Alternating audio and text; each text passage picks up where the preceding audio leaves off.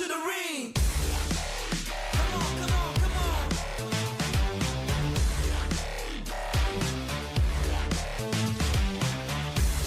Let's go.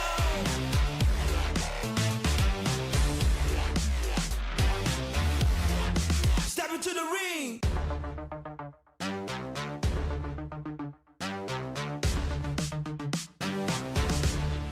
Step into the ring.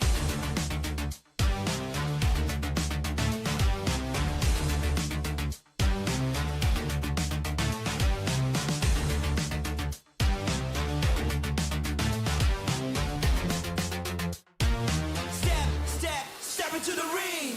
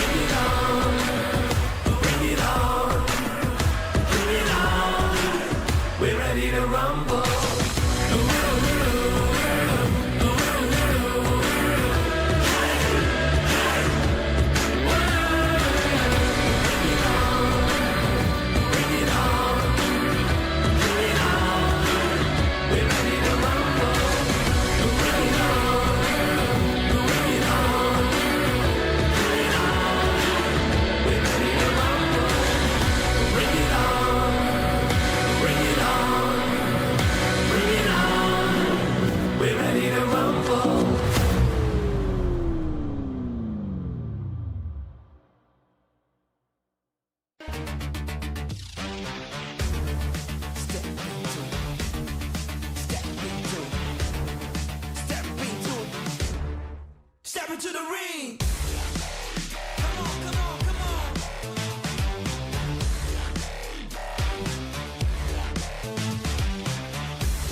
Let's go.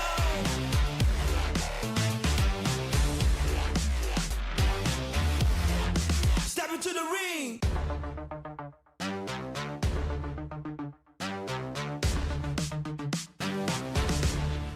Step into the ring.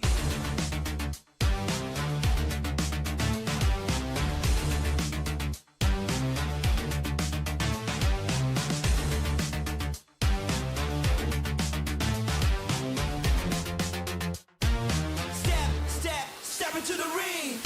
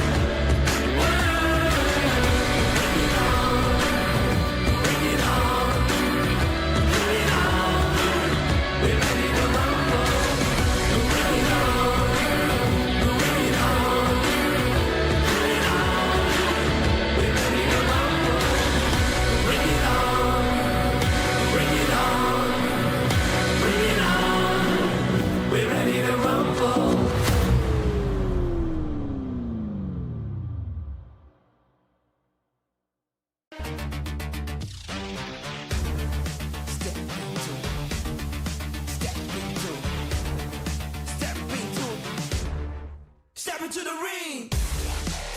Come on, come on, come on.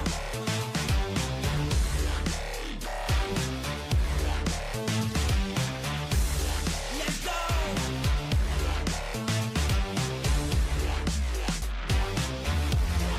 Step into the ring.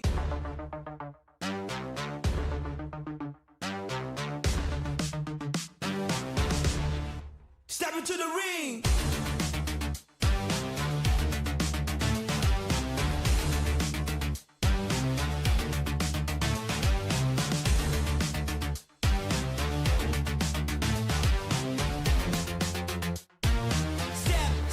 Step into the ring.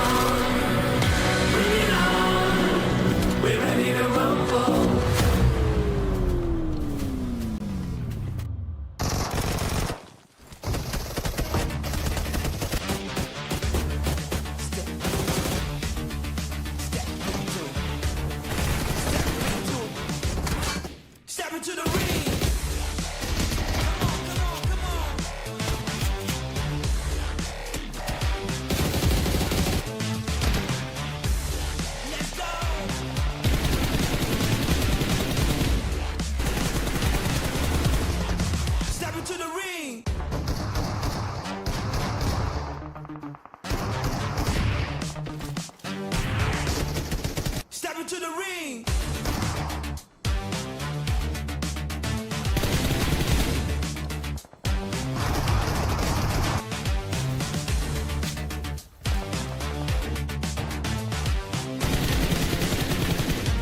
Step into the ring. Step into the ring.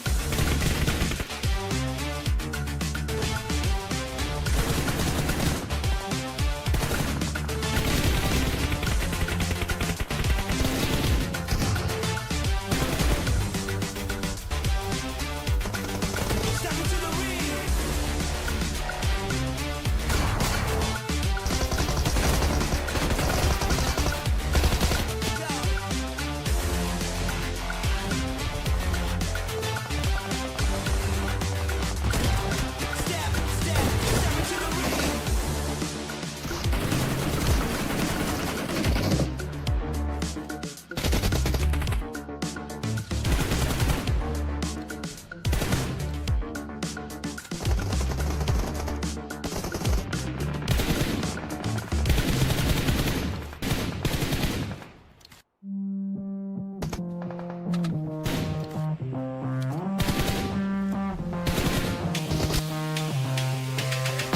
Lights out.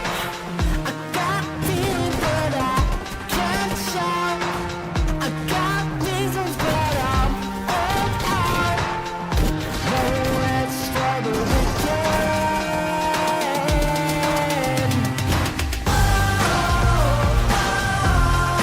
Give me what I want. Never get enough. Never giving up. Give me what I want. Turn on. Get ready for it. Stay strong. I'm here for it. Don't stop. No rest for the weekend. Turn it up again, I lose control. Give me everything, it's what I want. Best I've ever been, I see the goal. Feel it deep within my soul.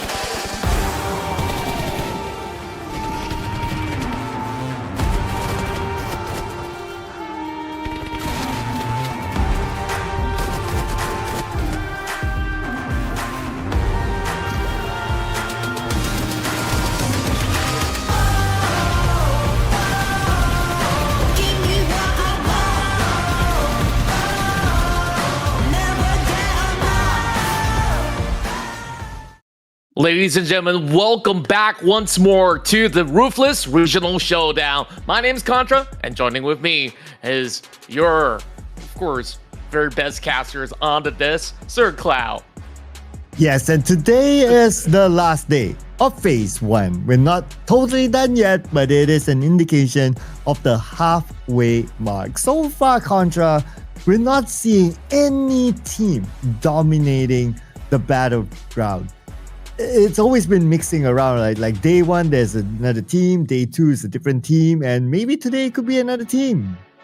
Yeah, true enough, I definitely think that there is definitely a whole lot of catching up to do, as GOAT squad or GOAT team so far has been leading the pack despite yesterday not really landing massive wins out there. But overall, I think they've been having that steady number to book out round after round to maintain the order for the moment. So we'll really have to see whether or not can teams like Virtus Pro catch up to the pack. And we've seen multiple chicken dinners yesterday coming into the rounds of ERANGEL as well as MIRAMAR. Yeah, so speaking about the ERANGELs and the MIRAMARs, it's still going to be the same map sequence here today.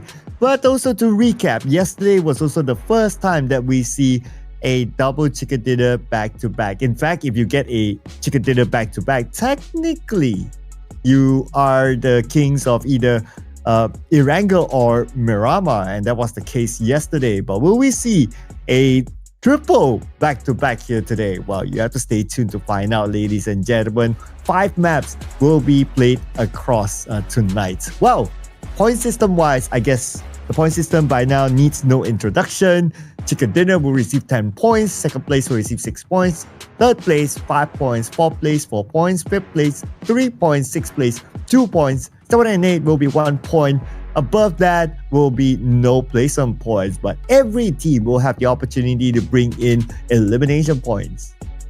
That's right, and I think like what makes things more interesting for the fact that right now we're running with 18 teams in total, so the vast majority that does not make it into the top 8 really has to fight for every drop of points possible. And of course, we are already moving into the final day of Phase 1, and we'll continue on with Phase 2 on the following week. And of course, in the single lobby format, we are running with the 18 teams like I've mentioned before, as it will have 6 days of play and 5 matches each day, like you said. Yep, and because we are breaking down into Phase 1 and Phase 2, today is the last day of Phase 1, and then we'll be taking a couple of days break before we continue on to Phase 2 that will be happening next week on the 10th of November. So make sure you mark your calendars correctly, ladies and gentlemen, so that you don't miss out on any of the action for the season. Now, these are the teams that will be playing. We have BOARS Gaming, Twisted Minds, Kara Esports, GEN.G Esports, R8 Esports, GEEKAY Esports. We have Team Falcons, Alpha Gaming as well. And we also have GS Esports, UF Esports, Nuclear Zone, ETSH Esports, ARCred, Inner Circle, Virtus Pro, MADBULLS, GOAT Team, and also not to forget the latest inclusion, Rectum Karya Esports. Yeah, they've been really showing great performances despite having, you know, one day of not really getting all too much points back in day 1. And I believe that there are still plenty of opportunities for them to also play catch up to the rest of the pack. Meanwhile, BOARS, UF, Kara Esports as well as GEN.G, they have been able to maintain a certain form of pace, though definitely we want to see a whole lot more coming in from them. Whereas R8 Esports, we've seen many of all these big elimination numbers coming from them. We'll see whether if they could try once more since we're starting things off in Rondo. Oh yeah, Rondo is of course that map that teams can maximize the potential of bringing in as many eliminations as possible because of the recall feature. I believe yesterday's Rondo, we had like a total of 90 eliminations across all the teams. So who knows what kind of number that we will see here today as well, especially if on the battleground, you have amazing names here like Dog, Top, Ruthless Joel, Baron and East representing Alpha Gaming, and all these amazing teams as well. We did see a good show too from Virtus Pro in one of the rounds. Yeah, and they've been able to also get plenty of all these points with a fair share of balance of not only eliminations, but also plenty of all these placement points to also book out round after round. Whereas ARCred, you also do see plenty of all these top 4 finishes from them. But another team that has also impressed me from yesterday's run was MADBULLS, where they won back-to-back wins in the matches of ERANGEL. And of course, GOAT Team, they'll be looking to get themselves a couple more wins in order to solidify their position. But of course, in Rondo, it's always anyone's game. Oh yeah, Rondo, because of how the recall system is, it may affect the type of gameplay that the teams will bring onto the battleground. Well, it could be for a good cause because opportunity to bring in elimination points is definitely there. We'll see what kind of a strategy will the teams deploy since this will be their third Rondo that they meet with each other. If it's like day 1, cool, you're trying to get to know each other. Day 2, you try to solidify whatever your findings from day 1. Now, day 3 is where the teams will truly put their best onto the battleground, especially for Team Falcons, who almost every round will take the fight against Twisted Minds, but the ratio of winning favors Twisted Minds. So I wonder whether Team Falcons will change their strategy starting from round number 1. Yeah, and I think that overall, Team Falcons definitely will make certain adjustments. If they're not going to be moving away from these hot drops coming in from the rest of Twisted Minds, then I do believe what they're gonna do is to really fight back fire with fire. Maybe look at all these finer details. Which compounds do they drop? Do they want to just have all 4 members drop in the same spot? I mean, this is a big 50-50 coming in from the members of Team Falcon, so we'll have to wait and see. We've got about 6 minutes before we kickstart our very first round, but overall, yesterday's run definitely doesn't cut it for Team Falcons, because out of 5 matches, they only got a total of 2 to 3 points. That is one of the lowest that we've seen so far, so hopefully there's going to be significant improvements coming from Falcons. Yeah, since Falcons is of course a very well-known name in the PUBG Mobile esports scene, and I'm sure a lot of fans will be expecting them to be able to perform, put in a good show, and at least give something for the fans to cheer on. So today might be the day that they might perform. So all you fans of Team Falcons out there who are currently watching, you gotta stay tuned to find out. But if you've been missing out on the stats from yesterday, the current MVP is Mr. Bad Boy from ARCred with 18 eliminations. So far, it's been super impressive of what he has to offer as we see him topping the charts in the form of damage numbers. And this is one of the very few reasons why ARCred is one of the most formidable teams out there in the field in the region of Europe as well as MENA. So other than that, I definitely saw that there's a lot of all these team fights where majority of these teams would rather play either close quarter combat or even through mid-range battle. So utility-wise, I think it may not be as crazy as those PEL teams or even, you know, the APAC region overall. But hey, definitely we want to see a lot more coming out of ARCred. Well, or we might see a lot more coming out from all these other players who is also part of the road to MVP. We have Twix here from GOAT Team, who is the current #1 team at the very top. And we have Mr. Esso from GS Esports at #3. #4 is Doc from Alpha Gaming. And representing BOARS Gaming is Snowix at #5. Now, all these other players in the road to MVP, they represent different teams. It just tells me that how competitive this lobby is, because you don't have that one single team that's just dominating all the map. Yeah, I absolutely agree. If you take a look at these numbers in the form of average damage, even Snowix have been able to even best household names such as Doc from APG. I mean, overall, what really matters most is the eliminations, and Doc has proven that he is one of the sharpest shooters out there, being the current top overall fragger of the past 2 days. Of course, it's closely followed by Esso with 19, and we got a 3-way tie for 18 eliminations, where of course we got the overall MVP Bad Boy with the most damage output that we've mentioned earlier on. And also, out of the many names of the list that we saw earlier from the fragging power, is also Ados that's been able to also secure himself 18 limbs with 3,000 over damage to book out. I wonder how many of that 18 eliminations is players from Falcons. Just saying, right?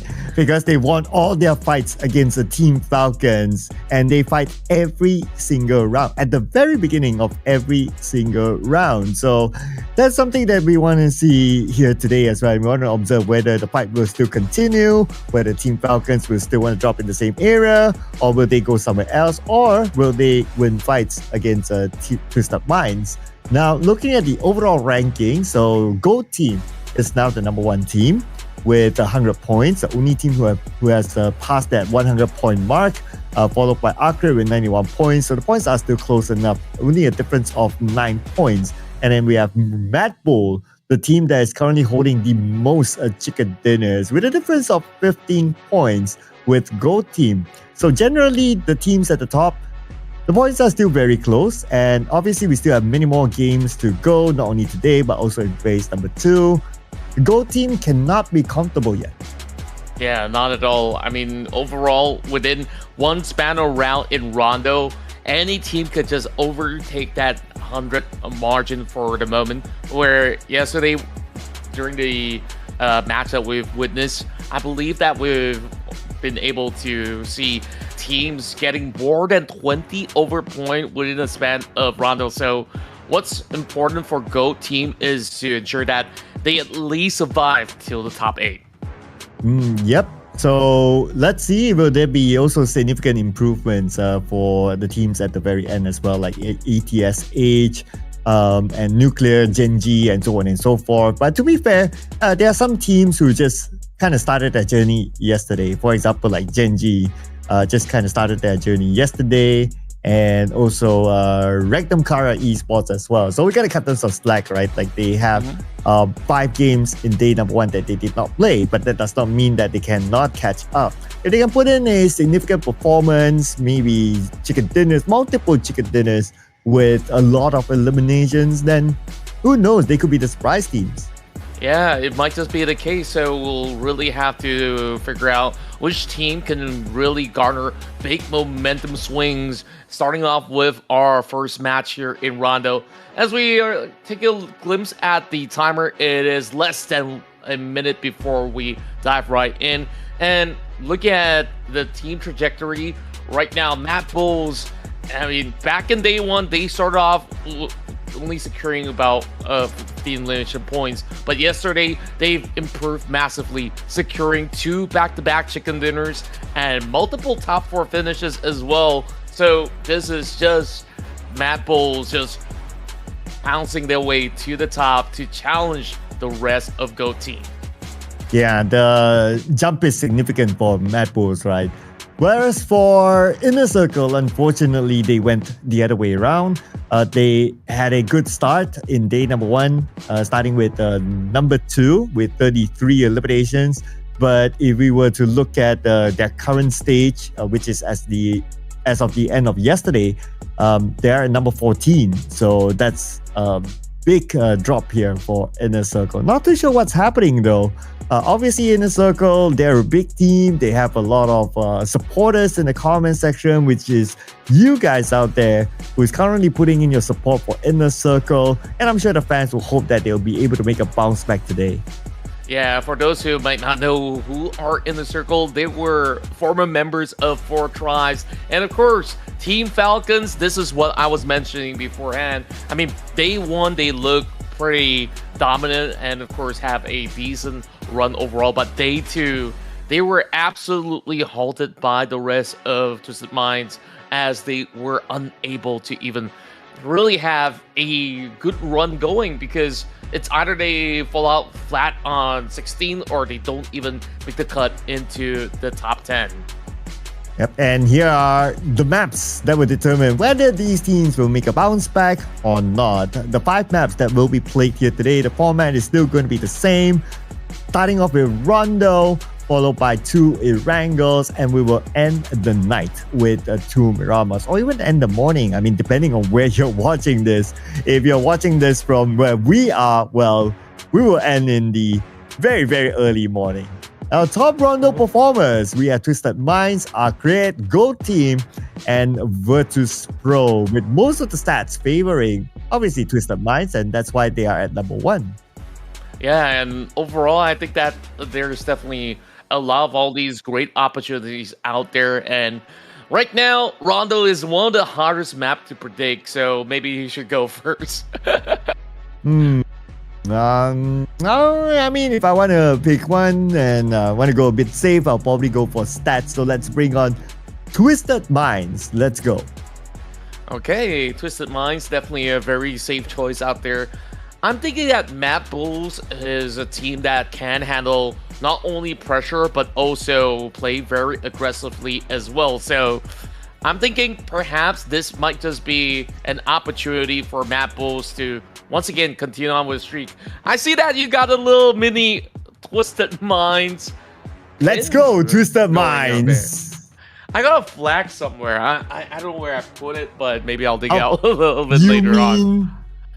Oh, yeah. Yep, bring it out. Bring it out. I know where you got it from. Yep. You mean this? It's the same one. Yep. This guy's got everything stashed up out of the back. So, yes. You know, why not whip out the jersey as well while you're at it? It's in the other room, okay? If I have enough time, I'll run over, but I doubt so. Yeah, if you guys want to be featured, make sure you send, you know, Sir Clout or maybe even me some merch, and then we could just, you know, flash all your merch out there, and yeah, we'll absolutely appreciate it. So that being said, you guys could also vote for your favorite team out there to see whether if they would be the ones scoring the first ever chicken dinner here on day 3's action. And of course, when push comes to shove, it's only the best that will be prevailing in this matchup of Rondo. So we got less than a minute. Sir Clout, are you excited for the round? I am waving my Twisted Mind flag for round number 1. Absolutely excited. Let's bring in my prediction. I'm in a drought right now. Well, technically all of us. We have not scored a single prediction right yet. So hopefully these teams will be able to help us out. Let's jump into Rondo. Here we go. I believe that we're starting things off from the corners of Jadena City. So this is going to be a pathway that is going to dissect all the way from the southeast into the northwestern corner of the map. So interesting enough, it does allow all these teams to also drop by the corner of Vinku. I'm mentioning this area because I'm looking at 3 to 4 revival points that they can go for. So I'm not going to be too surprised if these teams want to aim to loop around the outskirts instead. Well, that's potential, but the pattern that I've seen is Neox Factory being one of the hotspots. Hongshan as well for some reason. Maybe it's because of the flight path previously, but this time Hongshan is slightly far away. New York Factory is just right on top of the flight path, so we'll probably see a fight there. But in Jadena City, we're already starting up our fight here involving GEEKAY and another team. Wow, starting things off so explosively as we're already seeing some of the players going back to back.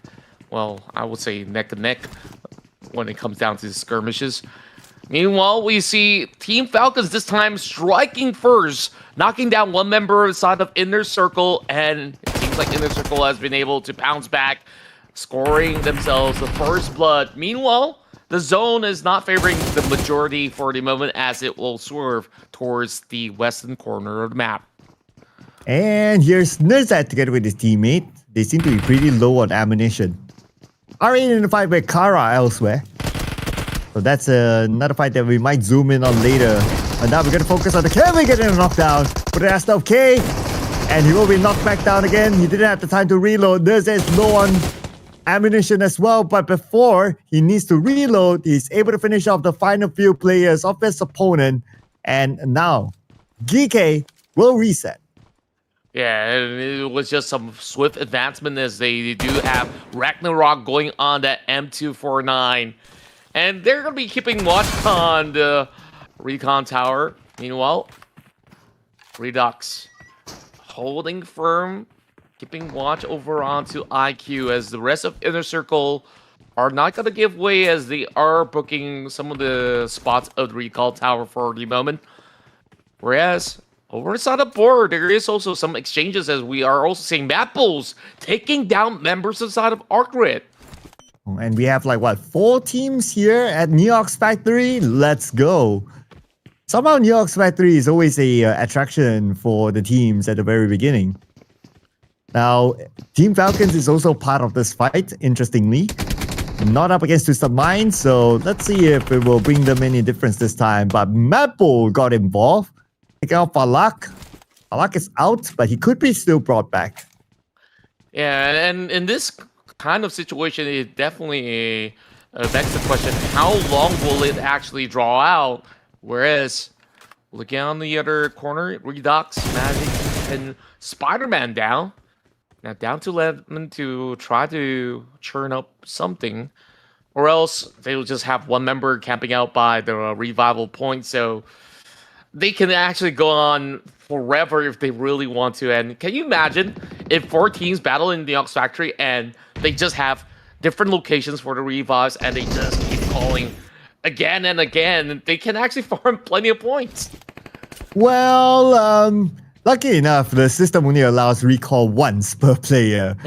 It would have been Fair like enough. unlimited amount of eliminations, right? And we'll see like the numbers like go like, oh, 1,000 eliminations or something like that. I don't know. And then when it comes to like the next round, that's like the number is too big, nobody can catch, and it will render like the following rounds insignificant by then.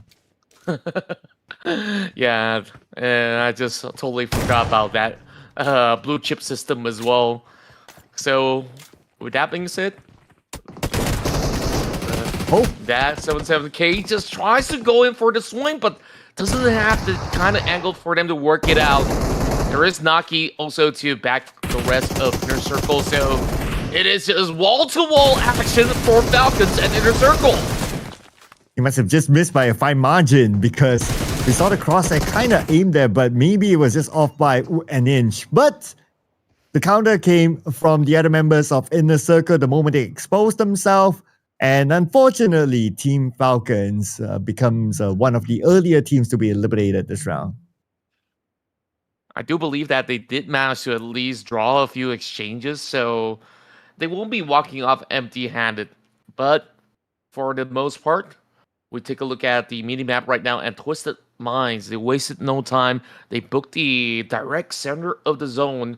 I'm kind of surprised that no teams are moving towards the corners of Fountain. I think that that's a really good spot with 2 potential recall points as well for them to work with. Well, of course, we have 4 teams fixated on dominating the Neox factory grounds. ARCred only having Bat Boy looping around the corner, but it doesn't seem like he has any form of opportunity to take a swing at IQ for the moment. The BOARS now going in for a singular revive for the meantime. Whereas Virtus Pro, they're not into assigning themselves into all kinds of shenanigans in the midfield. So they're just going to play it safe from the outskirts, and we'll have to see where does it actually lead Virtus Pro into later in the game. Contra, say my name. Sir Cloud? No, I was referring to the player from Virtus Pro. Say my name. Okay. Oh, okay, never mind. I thought you were calling me out for something else, so... I know it's Alright, a bit too late here where we're at. a little bit. But hey, still pretty entertaining though. Oh boy. Nobody checked the corners where Snowix is currently hiding out. Meanwhile, Loxy's got the Molotov. I don't think he's got any space to work with, so that might just actually burn him down alive. But Snowix, he did manage to drop that grenade, pins down Silas, and yet, up till now, they could not stop him on his tracks, and finally, that grenade will find a mark, and Rectum Kara Esports can still salvage the situation. Yep, Silas and Z-Wolf can still be picked up. Wouldn't be too worried about them for now unless a team will push them. Twisted Minds is the closest team, but it looks like they're pretty comfortable in the middle of the circle as well, so they might not do so. For Alpha Gaming in fight with Virtus Pro, and say my name. Eliminator, same goes to Diana as well. Now Virtus Pro down to the 2 players, and Alpha Gaming, they're on a chase. I guess you could say his name no more for the meantime. Meanwhile, beautiful spray, and I believe that was also stolen away by Lord, as Twisted Minds have gotten themselves into a really great holding space for the meantime. Twisted Minds so far will be able to just accumulate 2 points for the moment. And I believe there's more teams to be bypassing the area so they could farm for a whole lot more. And take a look at this. Eidos is all the way up in the unplayable, so he's going to be absolutely unchecked for the meantime. But for veteran players, such as the ones here in the lobby, a lot of all these teams are going to at least try to secure that kind of spot, so they will definitely give a little bit of a check later on. But we're going to be seeing a brand new update, whereas, take a look at the outskirts. We are having some of the members of MADBULLS still wandering around all the way far north. And yeah, a lot of teams, well, a handful of teams still spending time in the blue as well. Inner Circle, one of them, a GEEKAY as well, and also Virtus Pro. But on screen, we have Alpha Gaming stopping teams from coming by. Spraying from the top of this hill. but not able to get a clear target just yet. But right now, they're moving in together. Probably they are interested to take a fight maybe against a Twisted Mind, but we'll check back on that later because right now it's going to be R8's turn against ARCred. ARCred Esports so far having an opportunity to overtake GOAT. And it seems like GOAT team so far has only accumulated 1 point. Kuza will be trampled over by Heartboy. So that's a little bit of missed opportunity for the likes of R8, but they got their hands busy though. A couple of members of ARCred now holding them by this corner. And take a look at all these cheeky angles that they're playing. They're looking for all these wide wrap as ARCred, they got spotted out and they're forced to regroup once more. Long range attempt there. Not able to truly connect. Off of GEN.G. Satan, and again, right now the two players that will be playing together, the other two teammates are just too far away and now being held hostage by Rectum Carrier Esports. Now, Rectum Carrier Esports, they will move in and they will secure another elimination point, taking out Dami. While Rectum Carrier Esports, they will need to recover themselves as well. Wild and Z-Wolf should be back up again. So far, so good for majority of these teams. Only one team have crashed out of the equation for the moment, and the Muri so far having a perfect bird's eye view to be able to find that knockdown. Not much that ARCred could potentially do for the moment to salvage the situation, but they will still try regardless of this current circumstance. Big Nate's now thrown out for side of Rectum Karya as they are looking to hold out the rest of GEN.G. Oh, and here comes Loxy. GEN.G behind this boulder. And Loxy very, very close right now with the rest of K. He does have a little bit of an advantage with the high ground, but then again, he's not able to connect his shots. The backup is coming in. Oh, what? Then again, the backup is down. This could be a big clutch here. Loxy now on the lower ground, but Loxy finally gets him. That was a real close on contract. It was almost a clutch. Yeah, Satan, he's been holding for such a long time. That was almost 10 seconds that he's dancing around that emergency cover. My, if you give him a little bit more space, or if he had any form of backup from the rest of GEN.G, they would be able to close it up against Rectum Karya, but he got overwhelmed in that form of circumstance. And now we get another update. It is closing into the areas of FALCONS once more. And my, GEN.G, they lost out on one, but perhaps there's some opportunities that they could still go in for a revive. But I don't see any form of checkpoints around that can allow them to do so. Yeah, so we'll check on them later. Because right now it's going to be Kara in the fights against Nuclear. And Kara, you do have Poser here on this rooftop. Poser, needed his own teammate. I noticed that something happened there with Nuclear, but now Poser tries to move forward. Now at the same time cooking up the snake. But while being monitored by Vic from GOAT team.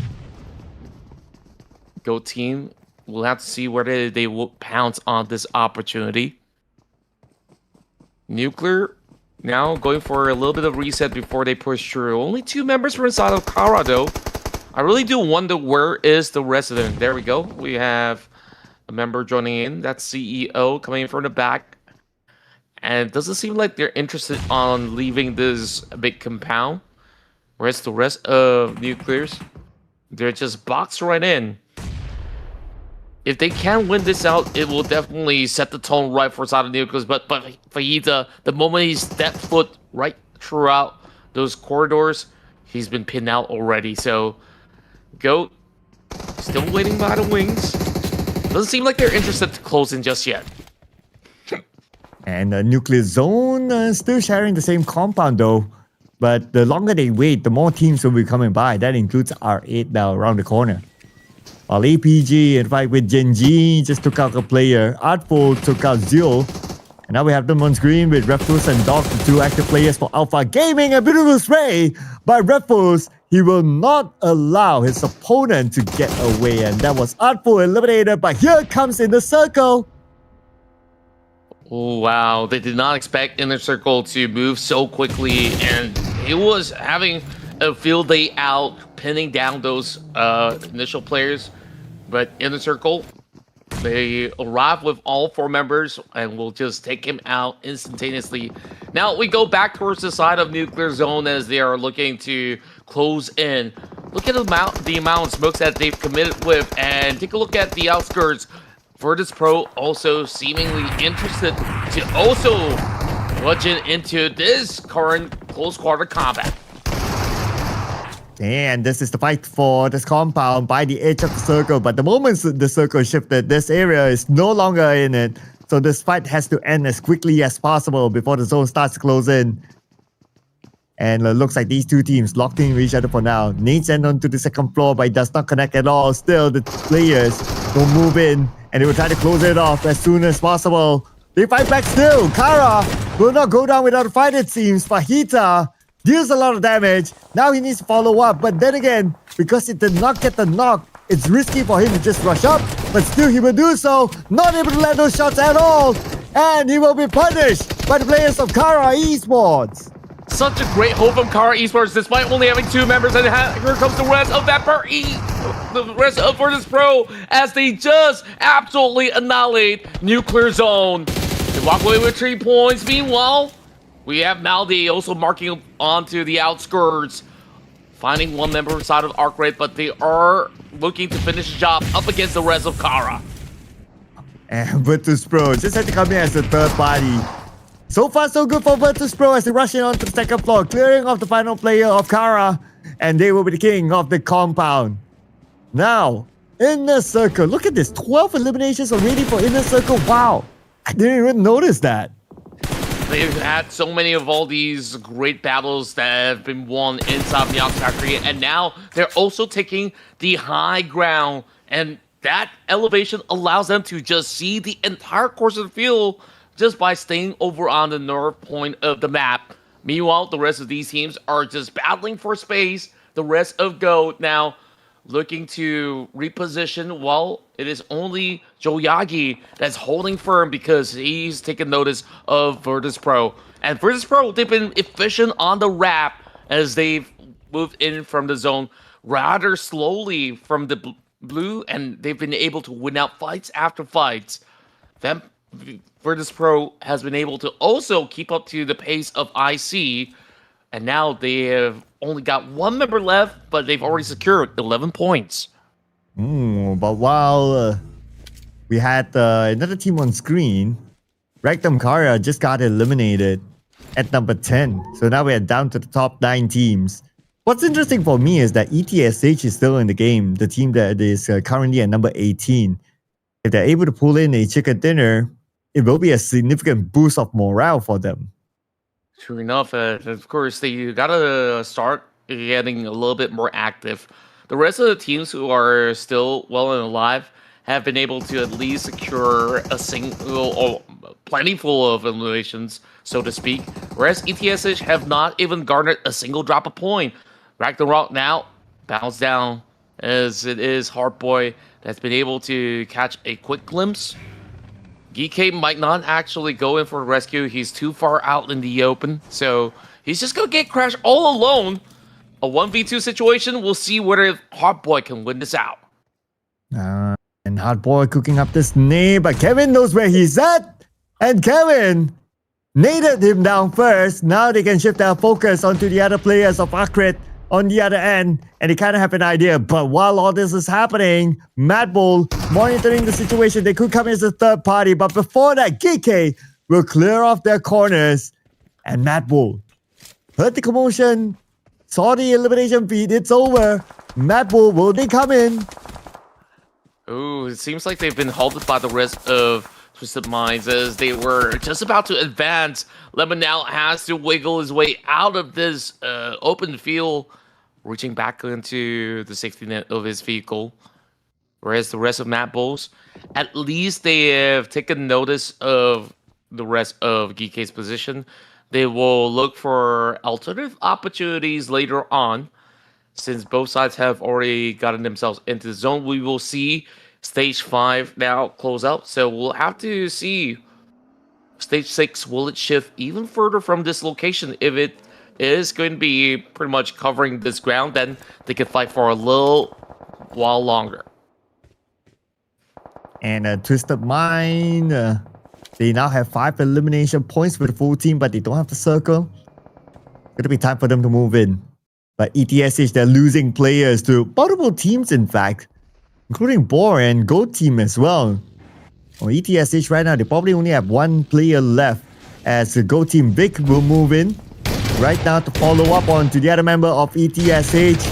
And here comes the SFT gameplay by Vic, and that's ETSH eliminated at number 8. So far, it's been so smooth for GOAT team, being uncontested. As I say that, the top fragger, Twix88, right now has been pinned down. Joeyaki has also been doing such a great job so far, securing 3 points. But now, it is looking rather tough. I mean, they're not the only ones right now receiving the brunt of the damages. I've seen plenty of all these teams who are just loitering around the outskirts. And it seems like the rest of Inner Circle will also have to leave the high ground terrain. So where exactly will they go? We'll have to wait and see, because there's not plenty of all these locations in the center that allows these teams to be able to play safely. And Inner Circle making sure that Twisted Minds can't play safely. And Noki will be spraying from afar. There's going to be a second attempt into the smoke, but nobody's home. Or Falak is going to take the frontal approach with a nade. And here comes the nade by Falak, the man with golden hands. Nade will not connect, but he continues to put pressure on the Twisted Mind. Now Falak takes damage and will be gunned down by EXO from BOARS somewhere. Yeah, I don't even see the BOARS in the map as they go on the dominating spree. They did call in some emergency cover, but the rest of Twisted Minds, they've got some of all these ditches to work with, but those nades are falling really close. T24 making matters worse for the rest of Twisted Minds, and it doesn't seem like they do have any more vision, because they pop all this defensive smoke just to hold on for the time being. Whereas the rest of BOARS, we finally get a glimpse, they are shooting them from the other corner of the map. Yeah, from the other corner, they're butting in. Okay, they kind of gave Twisted Minds a bit of a hand. But now Twisted Minds, they need to recover 1 nade to bring 1 player down again. And out now is Ado. Twisted Minds playing as a trio against Inner Circle. Another nade this time. Wow, all these nades by Inner Circle all connecting. Yeah, they just knew that there is just barely enough space around those kind of trenches. And right now, the rest of Inner Circle just swarming around them. Waiting for the right moment to strike. Here comes another one, and they did manage to trample another member inside of Twisted Minds. It's only down to Freak as he hides by the very far corner. Doesn't seem like there's much left to do for Twisted Minds. Oh, MADBULLS now joining in on the party as well, and Twisted Mind in between 2 different teams. It's only Freak now. But Freak will not last that long. How many nades did Inner Circle carry? There were so many nades, and majority of them used to take out Twisted Minds. And it just fully suppressed them. They could not even react or respond. And it's just so hard for them to even navigate their way around those smokes. So even trying to find those pickups has been a little bit of a challenge. Whereas the rest of GEEKAY has only been having 1 member to try to play this round. They've been able to score 7 points already. So we'll have to, of course, take a glimpse on what sort of effort Kevin could basically bring back to the table. Whereas for the side of GOAT, they're just about getting started. They finally achieved that rampaging 10-pointer round. And perhaps there's more to come. Take a look at the way that GOAT approaches the zone. They have 2 members over north, 1 member over south, so that they can just divide and conquer. Oh, GOAT team not looking to divide any more eliminations. They could be looking for more. I'm going to take a quick pit stop there to replenish their utilities. For the last player of Virtus Pro, looks like he will be playing this very safely. Mr. Alino now in the middle of everyone else. And it seems like nobody knows that he's here. And thanks to the extra protection, well, I guess a lot more time will be bought now. And Lino so far has gotten the most amount of individual eliminations so far. 7 points to his name. And right now, he just really has to play for position. Making it into the top 4 is just about as good as it can get for the side of Virtus Pro. Perhaps there's still a little bit of leeway that he can potentially squeeze into the top 2.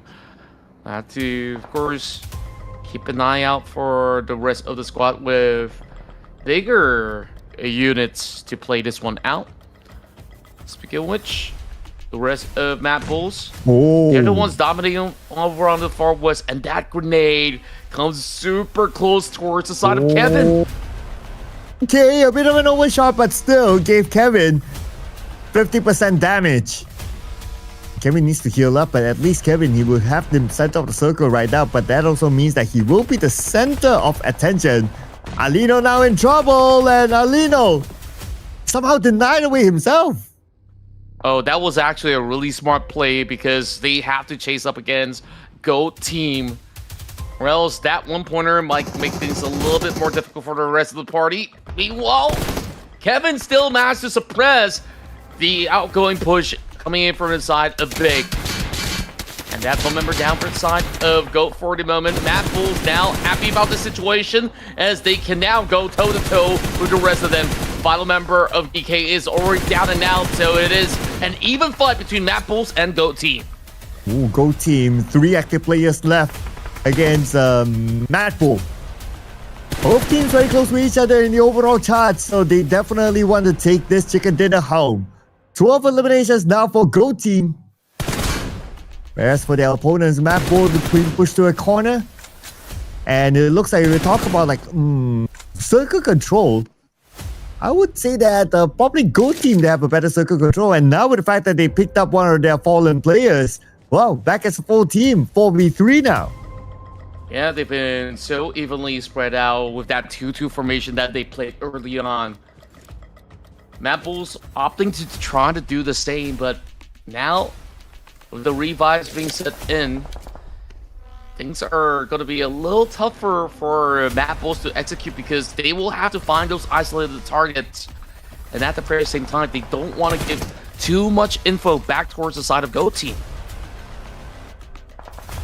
And we are only at stage 7. We still at stage number 8. Oh, but hang on a second. Lemon gun down.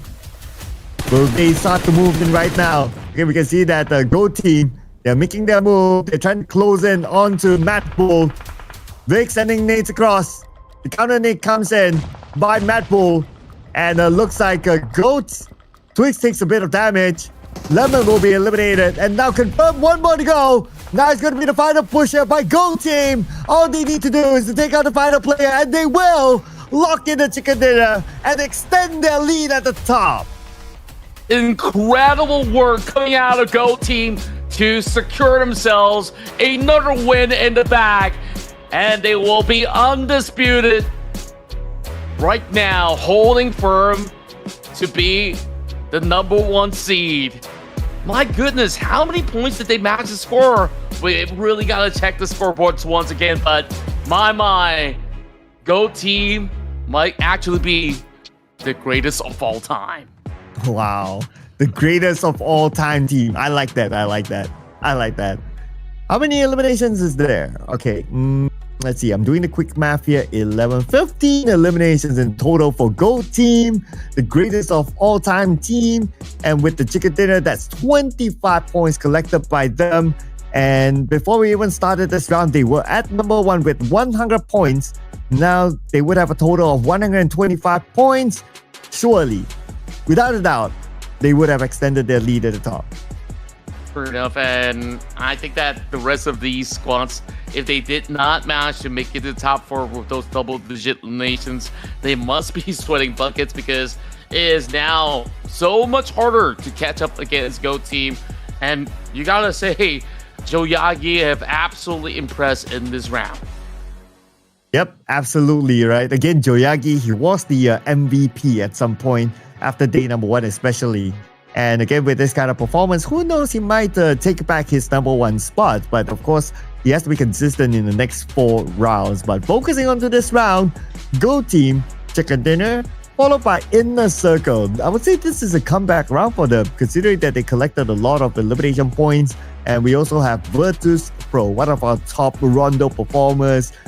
Not disappointing this round, still able to bring in a good haul. And MADBULLS, who almost scored their 4th Chicken Dinner at the very end. Yeah, and you could definitely see a stark difference of the play style for some of the teams hailing from South Asia as well. A team like IC, they love using all these utils to flush out teams, and Virtus Pro, or should I say a different squad, I believe it was Twisted Minds, that just got bombarded till no end. So I would say that if there's anything to take note from the side of the European teams, they are all about precise plays as well as positioning through the map, and that has absolutely benefited these two teams, GOAT as well as MADBULLS. Yep, with Go Team 12 knockouts. Okay, these are knockouts, by the way, not eliminations. Eliminations will be a different number that we'll see later on. But IQ this time comes up as the MVP of this match with 7 eliminations and a whooping 1,209 damage with 20 utilities used. That's definitely on the higher side. I mean, we saw Inner Circle raining down those nades earlier on. At some point I wondered like how many nades did they have? Like, was it an unlimited stash that they found? But that contributed to the 20 utility number that IQ used. Yeah, and take a look at that. There's also T24 joining in the list as well as the top performers. And this really shows you why Inner Circle has been able to really gain so much of these points through eliminations alone. Aleno so far have also been able to match up to IQ's performance, though damage-wise, it is still IQ that has been able to best the rest of the field. Kraken on number 3 with 6 points accrued, whereas in total, that's 25 for Go Team. Yep, followed by 20 for Inner Circle, so that's a big haul as well. And then Virtus Pro with 15, MADBULLS with 13, and GEEKAY Esports with 12. That's the double-digit club. Only 2 teams didn't score any points this round. So it's OF Esports as well as GS Esports. GS Esports, they had a good day yesterday. They scored 2 chicken dinners as well. But this is not the start that they would have wanted. But still, we have more games to come throughout today and throughout phase 2 as well. So fret not, fans of GS Esports. There's still a lot of opportunity to make comebacks. Now, match stats, 101 total eliminations. This is higher than yesterday. Yeah, and you can definitely see that there is just teams now regaining confidence in order to really put the best showing possible. And I'm really surprised that there's only 1 airdrop being looted despite the map being so huge, so vast, and there's like, what, 18 teams? So whoever got it, well, hopefully I've been able to put it to good use though. Now, it's a staggering 125 points as Go Team is still holding strong. Meanwhile, MADBULLS, they will now knock ARCred over onto the 3rd spot and claim the 2nd seed for themselves. And interesting enough, even though after the first Rondo match, no other team scored more than 100 points in total. So MADBULLS, they are still like 2 points behind that 100 point mark, but 2 points, I'm sure they can do it in the next round.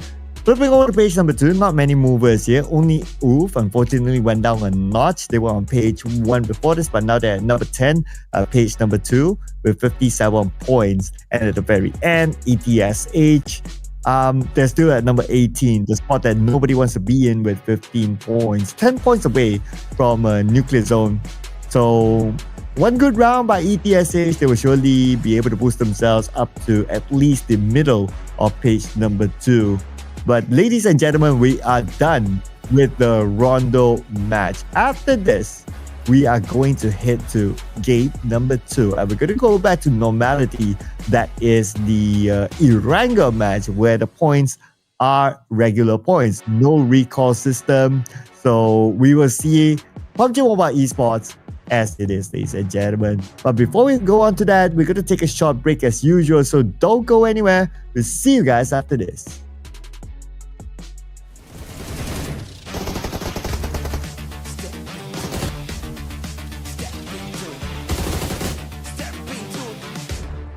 Step into the ring.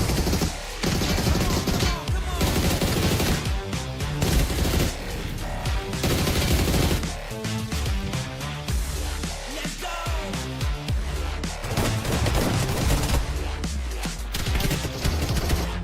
Step into the ring.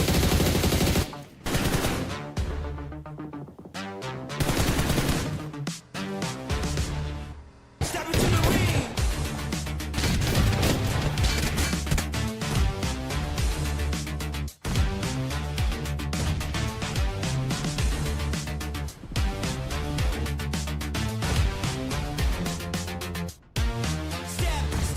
Step into the ring.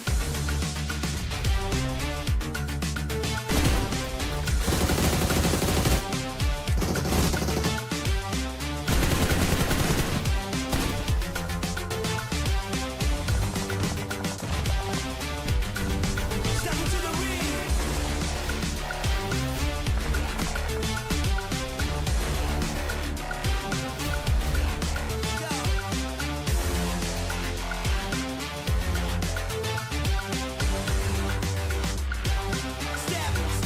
Step into the ring.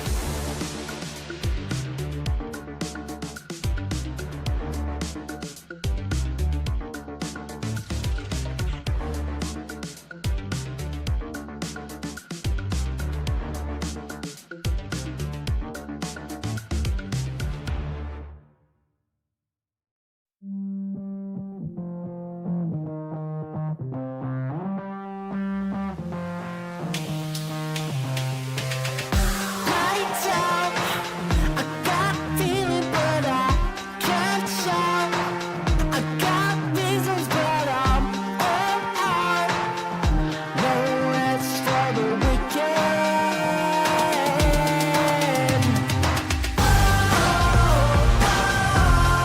Give me what I want.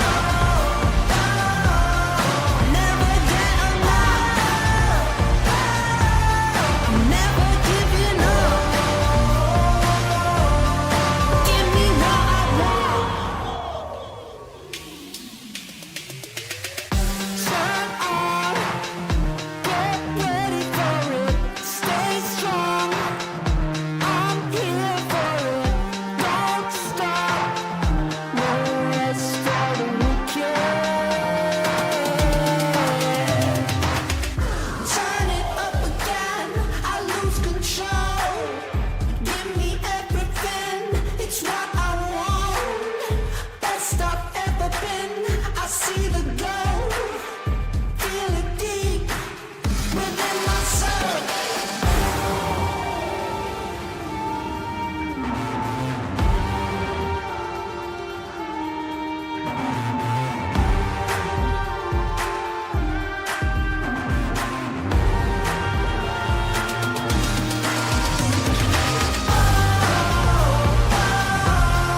Give me what I want.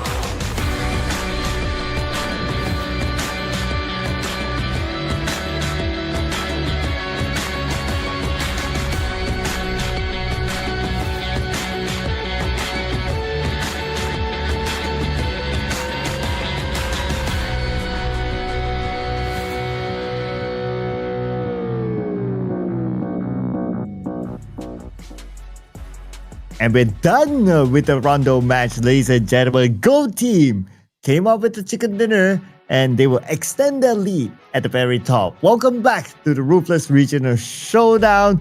This is the last day of phase number 1. My name is Sir Clark together with Contra. And we'll be heading into ERANGEL after this. How are you feeling about the next match? I'm feeling pretty stoked about it. I mean, my prediction almost came true. I was hoping that I could score the very first point, so perhaps this might just be another good opportunity for me. And, you know, last year I voted for MADBULLS. They did manage to win 2 back-to-back maps of ERANGEL yesterday. I'm not quite sure if they could once again pull the same feat, but I'm pretty sure that there are some really tough challengers on board to, of course, rewrite that story.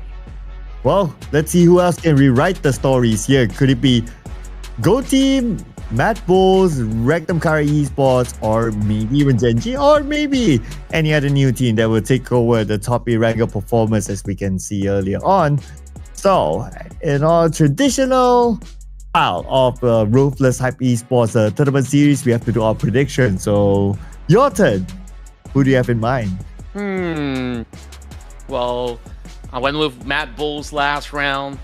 I definitely think that Rectum Kara has been looking pretty good. I think there's multiple top 5 finishers that we've been able to catch hold of when they were moving into ERANGEL. So I'm going to go with Rectum Kara this time.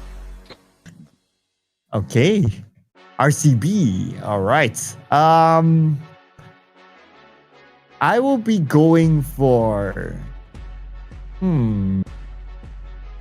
I think they will push this one. I think that they will be like thinking to themselves that, you know what? The chicken dinner could have been ours. Now we will go for it. Let's bring on MADBULLS. I guess you really saved it for this very moment. I see what you did there. So now going back to production, they're thinking that Go can actually score back-to-back wins. I think it's entirely possible. You know, yesterday they didn't manage to get these kind of big activation, and now they secured themselves a chicken dinner. Perhaps this is just going to be a streak going on for the side of the GOAT team. Now, I really do wonder, is the rest of the field going to be able to catch up to the pace of how GOAT has been able to just thrive in so many rounds? So we'll have to see. Of course, you guys could tell us your thoughts right down below in the chat. Make sure you guys are subscribed to Ruthless Hype Esports as we offer you the best of global PUBG mobile esports.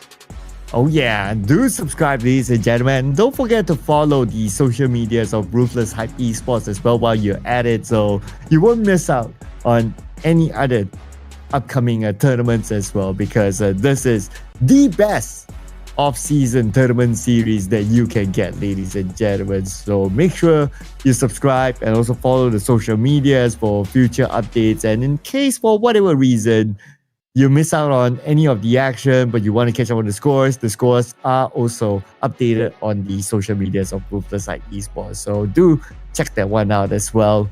So now we're gonna check out our first game here in ERANGEL. The one thing that I want to see, Contra, is Pochinki. Are we going to see the fight between Team Falcons and Twisted Minds? That definitely will be something interesting to take note of. I do think it is very highly likely, and from what we saw back in Rondo, I think that the rest of Falcons were actually using round to prepare themselves for some altercation. And perhaps this is where they're here to settle the scores in our final day of phase 1. I almost say phase 3 for some reason, but hey, we are still in phase 1. There's also phase 2 coming in the following week. So of course you guys gotta stay tuned for that, and for anything else, make sure you guys are subscribed to Ruthless Hype Esports. So right now we get a little bit of an update of the top players in the form of headshots. Batboy still number 1, but I believe a couple of Twisted Mind members have been able to also join in the fray. Yep, also in the circle as well. Most eliminations now is the T24, but he shares the same amount of eliminations as Doc. So they are still like kind of same. Of course, the games will continue on today before we tabulate the daily MVP and the daily top stats by the end of 5 games. Now with this flight path as well, it runs across or on top of Pachinki.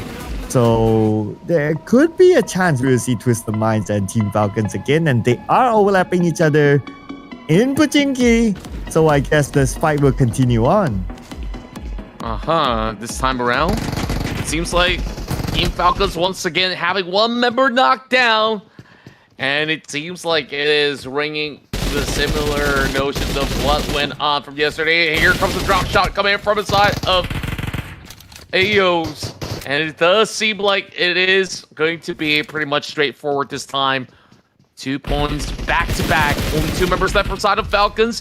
They try to corral all together. Doesn't seem like they've been able to really find much of a chance to even trade back at the likes of Twisted Minds. And Twisted Minds, still so far so good, but Team Falcons, they fight back with Red Ops getting 1. Okay, that could be a start of something great here by the Team Falcons.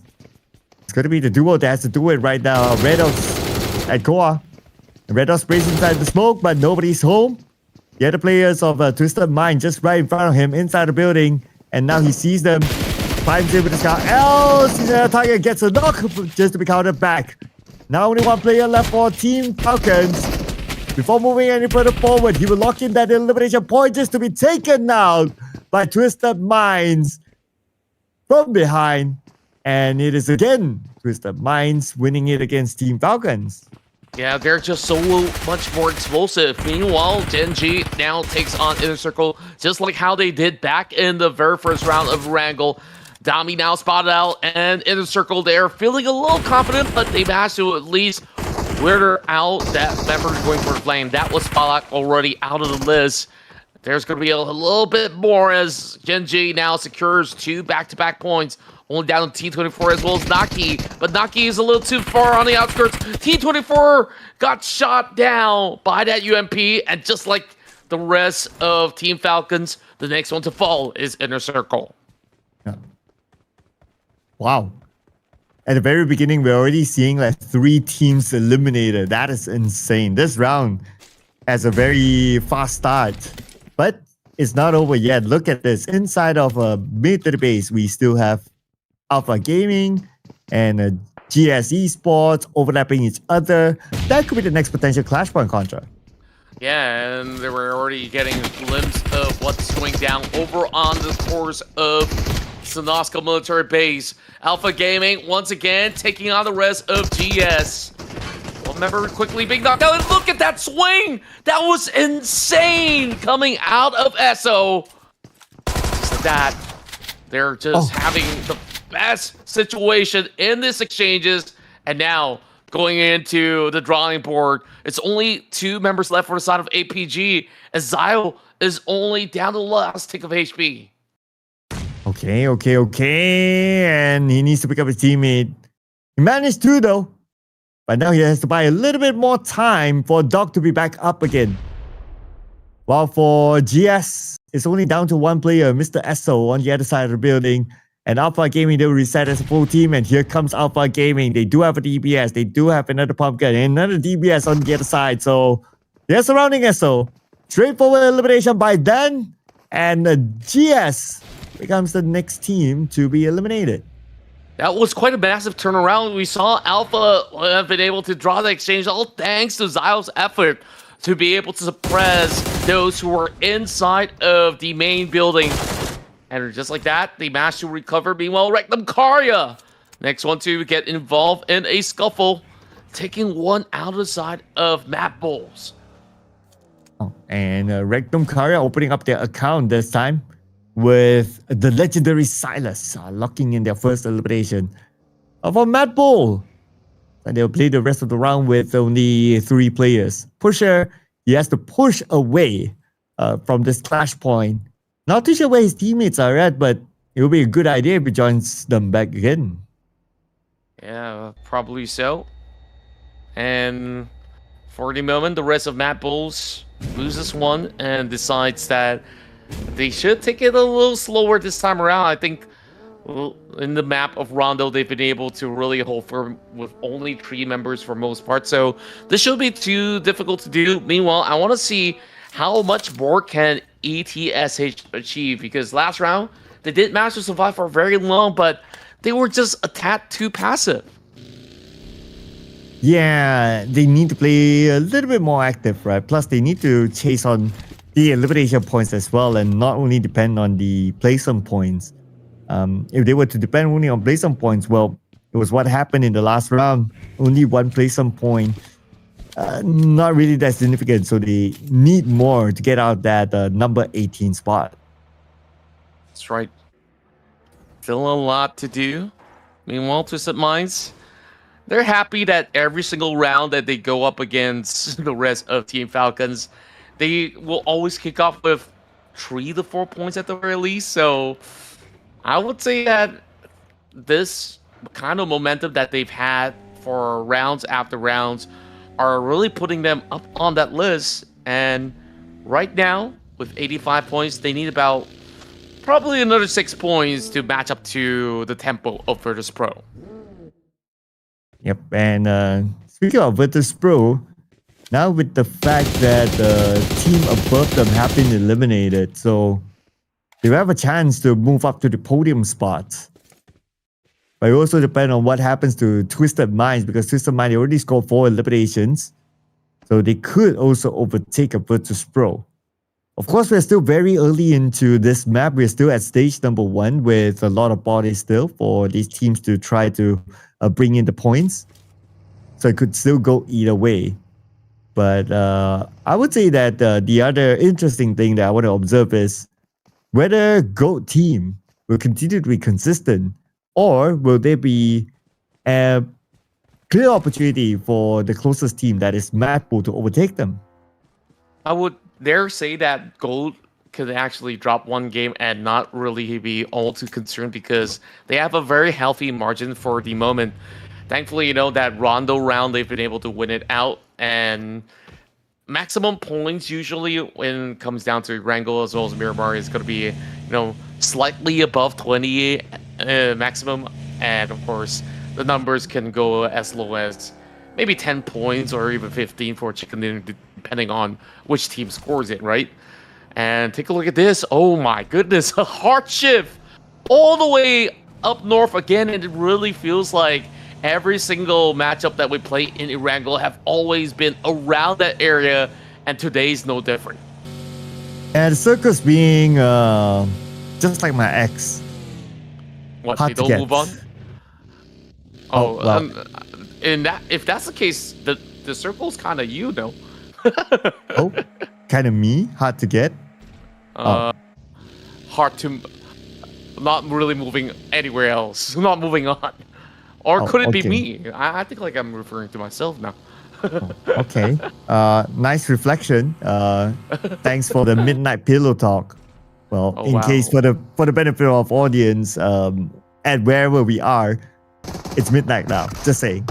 Yeah, it's already like 2 minutes before midnight. And of course, just like the Doomsday Clock, it is deliverance upon the members of BOARS Gaming as they got surrounded by the rest of Rectum Carter Esports. And my, they just absolutely obliterated them with 5 points to book out, and the fight's not over yet because Ulf is over on the other corner to take them on. And UF Esports, now they are bringing in eliminations for themselves. 7 eliminations already for UF Esports. Can you believe it? And we're only in stage number 2. Okay, many more fights are happening right now. One involving Twisted Minds and GEN.G. And Twisted Minds, they will be dominating right now after locking in the elimination point. Kara Esports is fight as well against R8. And the fight between GEN.G and Twisted Minds is not over yet. Not at all. GEN.G continues on with the assault. I mean, they've been able to at least pile up the pressure onto the rest of the Minds as they are now succumbing to the blue zone at the moment. Still stage 2, so it is relatively tankable for Twisted Minds, but they don't really want to stay there for far too long. The rest of R8, however, have always played around this vicinity, and this is a great place to hold out. The question is, how long can they hold for this moment? Because more teams are going to be moving inbound, and they got to wrap this one up quickly up against the rest of Kara. And MADBULLS in the fight with Ufa as well. Okay, that's interesting. MADBULLS just locked in their first elimination point in this round. But other than that, R8, so far so good with this high ground advantage against Kara, so they were trying to lock out Kara on the outside. But and the inside of blue is going to be Twisted Mice right now, having a head-to-head. We have Freak here. We'll stop the incoming Gen.G. One player taken out, but Freak, the fact that his teammates have been eliminated, he is going to be a fighter player of Twisted Mind, and he will need to get into the circle. Yeah, he's got to move really swiftly. You can see that there's barely enough space for them to really cut by the edges of Georgia Pole. Meanwhile, those who are already inbound, they're going to have a lot of action as we are taking a look at Alpha to go up against the rest of R8. I think this fight has been prolonged for quite some time between Kara as well as R8. But for R8, despite them being sandwiched in between, they're taking both battles at the same time. Yeah, they truly have their hands full right now. How are they going to focus, or which team are they going to focus? Maybe they're going to focus onto Alpha Gaming, as Alpha Gaming have a couple of players that needs to get into the circle. One of them still on the other side of the island. And Alpha Gaming decided not to continue on this fight. They felt that it's not worth it since they don't have a full team there. Yeah, it is really difficult for them to really handle the pressure with even more inbound teams later on. So for this pro, they're going to take the safe route over on the north corner map. They will be able to at least have a smooth cruise for the meantime. APG continues on the assault, taking it out CO7, while Doc so far goes in on a 3-point spree for the moment. And Go Team here now in action as they try to get into the circle. Virtus Pro will try to stop them from coming in. They will be playing the gatekeeping role. And Jiragi has a high ground advantage, and he will get that knock. And he will lock in the next elimination point for Go Team. 3 elimination points now. Boy, oh boy. It really feels like the action is never ending here in ERANGEL. Well, Nuclear Zone has a trade-off against Joyagi. Fajita knows that he's pinned out in the corner, and there we go! Nuclear Zone actually lands the shot! Now, this is going to be a tough situation for GOAT team to even consider turning back to save Joyagi. I mean, unless if he has valuable loot or if they really need the vehicle, they will definitely go towards that area, but it's a little too late, I'm afraid. Nuclear Zone looking to actually close right in, and right now, it is a dire situation for GOAT. He's still going for a revive though, but the nades are sent right in. And Arthur wishes he has an Excalibur here, but he only has his nade. Sends it onto the top, not able to connect at all. SFK gameplay here by Arthur, and that's good enough for him to get V. Wow. Just like that, they've been able to really secure plenty more of all these great knocks. Nuclear Zone definitely are onto something, as GOAT team right now is being pinched on every single corner they turn. And Nuclear Zone, they might just be able to really reap the most of all these current circumstance. Whereas, take a look at the heart shift once more. It is going to be REG driving directly into the center, while GEEKAY is the one gatekeeping the rest of the pack from moving in. And GEEKAY by the edge of the circle. That's an interesting spot for GEEKAY. It's only GEEKAY right now that we might see later. It's going to be Go Team. Go Team eliminated with a shot from the back by none other than Baby from ETSH. ETSH this time playing an active role, bringing 2 elimination points to the team. And this is their opportunity to try to overtake Team Falcons, at least, if they can score big this round. Yeah, Team Falcons so far having a little bit of a tough ordeal. Well, of course, they've been taken out Whereas the rest of Alpha Gaming, they've already stacked all these 7 points, only down to Doc. And for most part, they've been taking on this active approach up against the rest of R8, and does find the angles. Can land the final blow up against Prestige. Doesn't seem like he's been able to land it though. The rest of the pack now being alerted, and this is not going to be an easy task for him to get out safely. Oh, Nasir from ETSH gunned down, but not eliminated yet. ETSH now also tanking the blue. We are at stage number 4, so the blue will start to hurt though.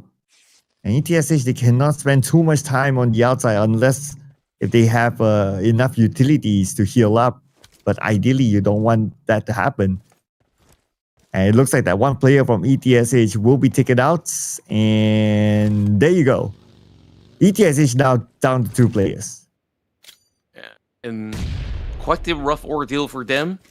Despite them playing a little bit more active this time around, they did manage to have 2 points accrued, whereas REG is the next one on the chopping block. They were full sending it into the zone, but couldn't really find the mark. So it is a little rather difficult for them to actually gain more from that point onwards. Meanwhile, R8 stands a firm chance. They are driving into very dangerous areas of play. Oh, Marv gunned down by none other than Mr. Duck, the final player of Alpha Gaming. Alpha Gaming now 8 elimination points, and Dog managed to get into the circle. At the same time, got a bit of a bonus here. Looting and also Buggy. But he's moving towards ETSH. Oh, baby, definitely sees him. He's going to pull the trigger onto Doc. So the answer is no, he's just going to let Doc go. And he's just got to let that one slide for the meantime. And now with a little bit more of the update, we'll see who will benefit from the zone. It's going to move directly in the center. Doc now has got a lot of crowd moving towards his direction. We'll have to see, can he actually survive the onslaught as the rest of Nuclear Zone now swings by. Doesn't seem like they've been able to spot out just yet, but there we go. GEEKAY is going to be moving around with the hovercraft for a little bit of that huge swing action. We'll have to see if they can actually trample onto any of these teams, but for the current point of time, it is a little rather risky to be soaking too much of the damage on that vehicle for the meantime. Well, GEEKAY, for the meantime, they're still on the outside of the circle. And teams will want to stop them from coming in, especially Nuclear Zone. We can see them moving up north. Dog is just going to stay as quiet as possible here. Nobody really noticed him. Everybody's pretty busy fighting each other, especially Nuclear Zone and GEEKAY. And Nuclear Zone, from the inside of the circle, they actually move all the way out just to try to block out GEEKAY. Yeah, it's so interesting to actually see them maneuver in such a stance. But hey, so long as it's working out just fine, I got no qualms whatsoever for how they're going to be approaching these scuffles. Meanwhile, the rest of APG, or should I say just Doc, is currently holding firm. It's been able to at least at those 8 points to the tally. Oof, on the other hand, with 13 points, also having a singular member to run the round. So realistically, I would say Nuclear Zone as well as GEEKAY has the strongest chance of walking with a chicken dinner for the amount of members that they still feel right at this moment. And ETSH, last 2 players, just next to GEEKAY, but GEEKAY, they still don't realize that the 2 players of ETSH is here. But one of them, Guza, wrapping up smoke though. But if he tosses it, then he's definitely going to alert the members of GEEKAY. Okay, now with that smoke active, now GEEKAY knows that somebody is there. And they're just going to be sending nades after nades onto ETSH. And we're seeing the healthy squads going up against each other. So if they both deplete each other out, then it'll be an awkward situation between, 5-6 squads where they're just battling on a solo mission instead. So Can't wait to see how this one unfolds. That nade! Dropping so close to Kuza X. Thankfully, he's going to be able to survive the brunt of it, but here comes the second toss. Once again, chipping his health bars. Not too concerning, but here comes the refract as SAFG found the angle, flushing him out of that position. And what can Baby do about the situation? I mean, Kuza is kind of far. And at the same time, the players of GEEKAY, they are alerted by the fact that there is another team here. So I don't think there's much that Baby can do. Okay. Pop his smoke. Try to get the Kuza. And that's the best that he can do right now. But it's going to be quite a tall order, honestly. It definitely seems to be the case. It doesn't seem like the rest of GEEKAY wants to let them lose as well. So there's barely enough area for the rest of ETSH to even consider turning back. But at least that flock of smoke does provide enough cover. Well, I say enough. That still gets spotted out by the rest of GEEKAY. So that's going to be their first point being gained. Whereas the rest of Twisted Lines is going to be looking around the other sector. Oh, this is just so rough. There's just no space for Baby to work with. And that's the end of ETSH at number 6. A bit of an improvement by them this round. Now, top 5 teams it is. GEEKAY, we have Nuclear Zone, we have Oath, we have also Virtus Pro and Twisted Minds. But GEEKAY, they're the only team with a full squad. They have the best chance based on the numbers to lock in this chicken dinner. But their next contender is going to be Nuclear Zone with 3 players. Not bad. When Nuclear Zone could also deny away the chicken dinner for GEEKAY. Yeah, that could potentially be the case. Whereas when we take a look at the rest of the field, we have Freak now being very close in proximity up against Scarface. It's going to take that smoke for cover for the meantime.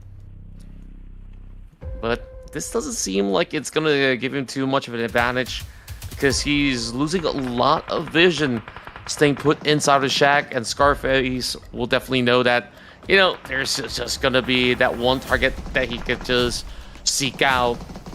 But they don't really want to move too far off from where they need to be for the moment. So GEEKAY, as well as the rest of Nuclear Zone, still have pretty much healthy numbers out there to book out, but the nades are already falling right through. Freak managing to hold on for the meantime. And looks like GEEKAY, at least they managed to recover Ragnarok from that earlier knock. So now back as a full squad. They have all the manpower that they can get. But it will also depend on what kind of circle we're going to get next as well. That could change things on how these teams will play. Everybody's inside the circle at this moment. Stage 7 will be coming up soon in about 28 more seconds. And who will be favored by it will have a big advantage. And Nuclear Zone, they do have the high ground, and you can see a beautiful spread right across the entirety of the map. They are already dominating 50% of the field. Meanwhile, the rest of GEEKAY doing exactly the same, only taking about 30% of the map from the far west. The 2 other Soul Rangers playing over the far south, as we last caught a glimpse of both Scarface as well as Freak to be holding for the meantime. But once this zone collapses, I don't think that there's going to be all too much of an avenue for them to really wiggle all of that life. And Circle goes down south, so it's kind of favoring GEEKAY. And also the fighter player of Twisted Minds, that is Freak. Challenge is for the other teams to try to get into the circle right now, with GEEKAY especially now taking charge of the left side of the circle. But up north, we have also the last player of Virtus Pro, Malloy, that's behind of the players of Nuclear Zone. So I wonder how he's able to find an entry point up north there. Yeah, rather interesting though for the moment. Whereas the rest of Nuclear Zone now taking a very big swing towards the south side, as they do know that all the action is happening right down under. Slowly playing things out, as this is by far the best chance for a chicken dinner for Nuclear Zone that has been spending a lot of the time on that second page. And teams now really taking their time, but time will not be on their side. The zone is closing. And up north, I wonder how Malloy is going to overcome this kind of situation. It's still really sticky for him, and the zone is just right behind him. It's closing in right now. Scarface moving on down by Ragnarok. That's going to be Hoop eliminated, but they bring together with them 13 eliminations. Wow. That's a lot for a 5th place finish. Down to 4 teams. And now, a little bit of a back and forth as they're just fighting for some territory for the moment. The rest of GEEKAY now having nades being tossed towards their side. AP Kirino pops 2 smokes right in between, so that will just deny a little bit of that vision. But take a look at Malloy though. This might just be a very dangerous flank. I mean, nobody has suspected Virtus Pro to be lurking around out there. And if these two teams are not careful, he might actually stash away the chicken dinner for himself. And finally, GEEKAY opens up the account, taking down that member of Twisted Mind. Top 3 right now. And interesting enough, Malloy is still in the game. And with his survivability skills, now he's in top 3. And still nobody knows that he's there. He could be the kingmaker here between Nuclear Zone and GEEKAY. That might just actually be the case. I mean, overall, he's just staying so silent. He wants to see whether if GEEKAY could just wear him down, but it does seem like there is going to be a quick check. No, he does not notice. Oh, this is pretty huge news. Malloy can play as slow as he wants to.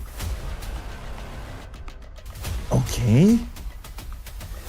But he's not in the circle yet though. He might be forced to pull the trigger after this. Look at the zone just right behind him. Right in front of him. It's Upgrino.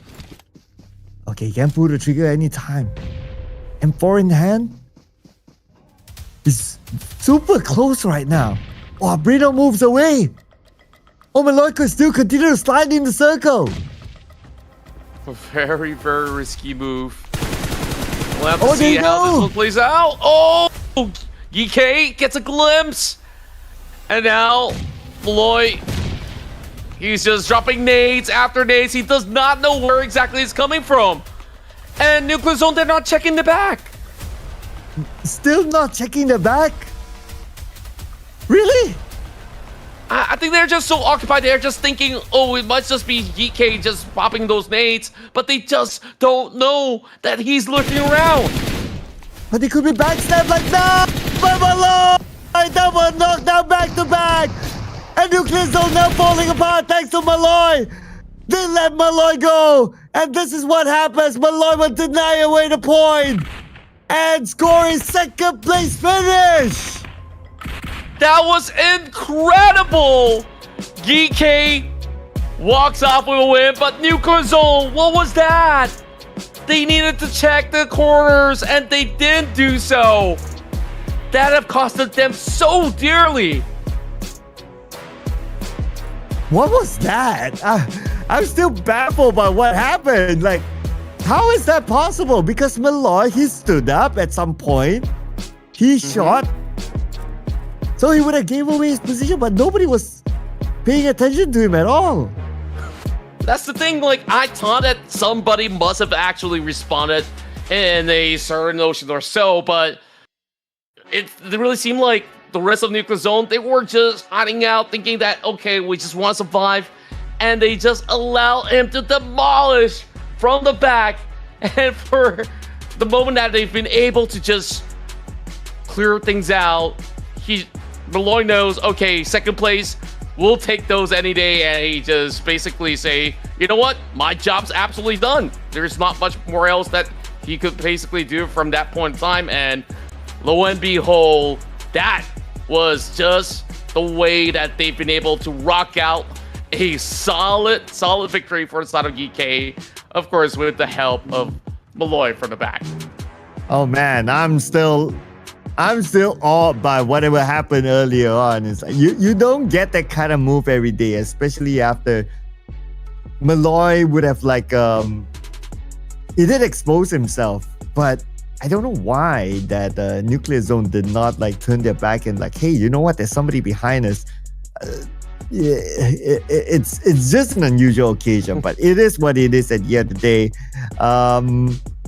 I mean, I would check back on the replay later on after this entire day, just to see again what actually happened and how did they not check the back.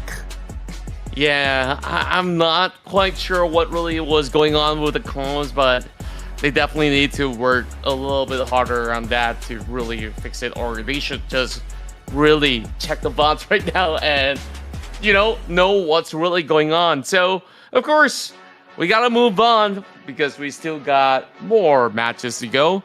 Of course, upcoming match, these are the teams to watch yet again. GEEKAY have just won out a chicken dinner. And oof, they've been so aggressive throughout that previous round. And of course, we got the usual suspect, Twisted Minds, as well as APG, to also score pretty huge in this match. And interesting enough, Virtus Pro is not part of this. So, well, we got to check on how many eliminations did they get, right? Because this is just based on the knockouts. So 3 knockouts, cool.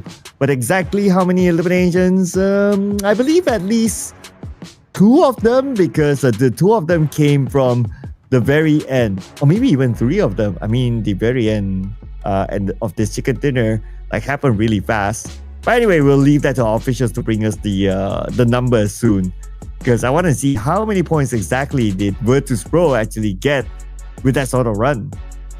Yeah, I think that it definitely is quite a staggering amount that they've been able to acquire. Meanwhile, GEEKAY, majority of their points were actually secured towards the late game, where they've been able to eventually secure plenty of that space. The man of the match would be none other than APG's very own Doc, who's been able to score 1,031 damage and have secured himself 5 eliminations to book out. Great distribution of not only the survival time, but overall his contribution is 55% of his team count. Yeah, 5.56, I believe our officials needed to round that up. If not, it would have been Infinity 5. Yeah, that's normally the case. But yeah, Doc is no stranger to the Pubg Mobile esports scene. Of course, he's been around for a while, and he himself has been performing. So great to see him up here as our MVP. Now, besides Doc, we also have to give it to Freak from Twisted Mind and Catch from Ulfa together with Scarface. But honestly, I will give the honorable mention here to Malloy. He deserves to be out here somewhere if it's not because of the stats. Yeah, I think it is definitely an important role that he actually played out in order to score maximum amount of placement points. And of course, he did win out the chicken dinner. It was GEEKAY that did secure 15 points, but Ulf have bested them because they've got themselves 13 eliminations in this round alone. Okay, look at this right, Contra. Virtus Pro only had 2 elimination points. And guess where these 2 eliminations came from? Malloy. Yep, only Malloy survived to his 2nd place, and he scored the 2 elimination points at the very end. And that's about it. Just like that. Yeah, of course, this is why PUBG Mobile is so interesting. You never know what could actually happen if you're going to be the last man standing. You gotta at least fight for every chance that you get, and Malloy definitely took the best shot possible. So, that being said though, these are pretty much usual stats that we've been able to witness, and we finally have 2 teams to be joining in the triple-digit mark. ARCred is going to be very close by on the 4th spot, though. The rest of Virtus Pro is about 26 points away from actually reaching to where they need to. So I would still say Virtus Pro would still require a chicken dinner too to catch up to go. Yeah, but because of Malloy's contribution, Virtus Pro is now at number 2. Just saying, right? Just saying. If it didn't bring in those points, then, well, they would have been at number 2. So, yeah.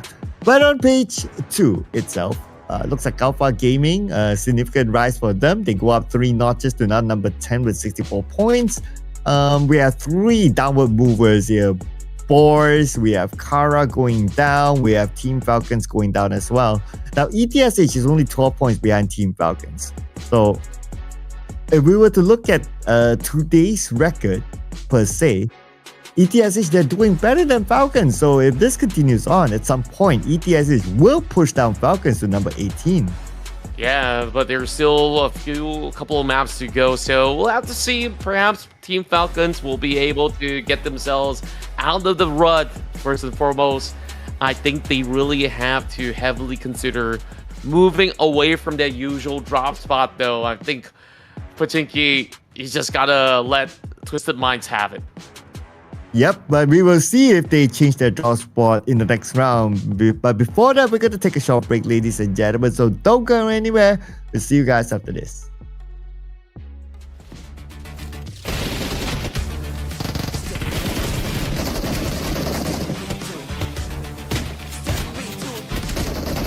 Step into the ring.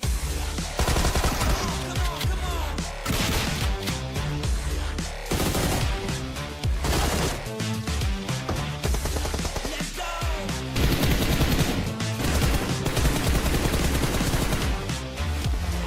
Step into the ring.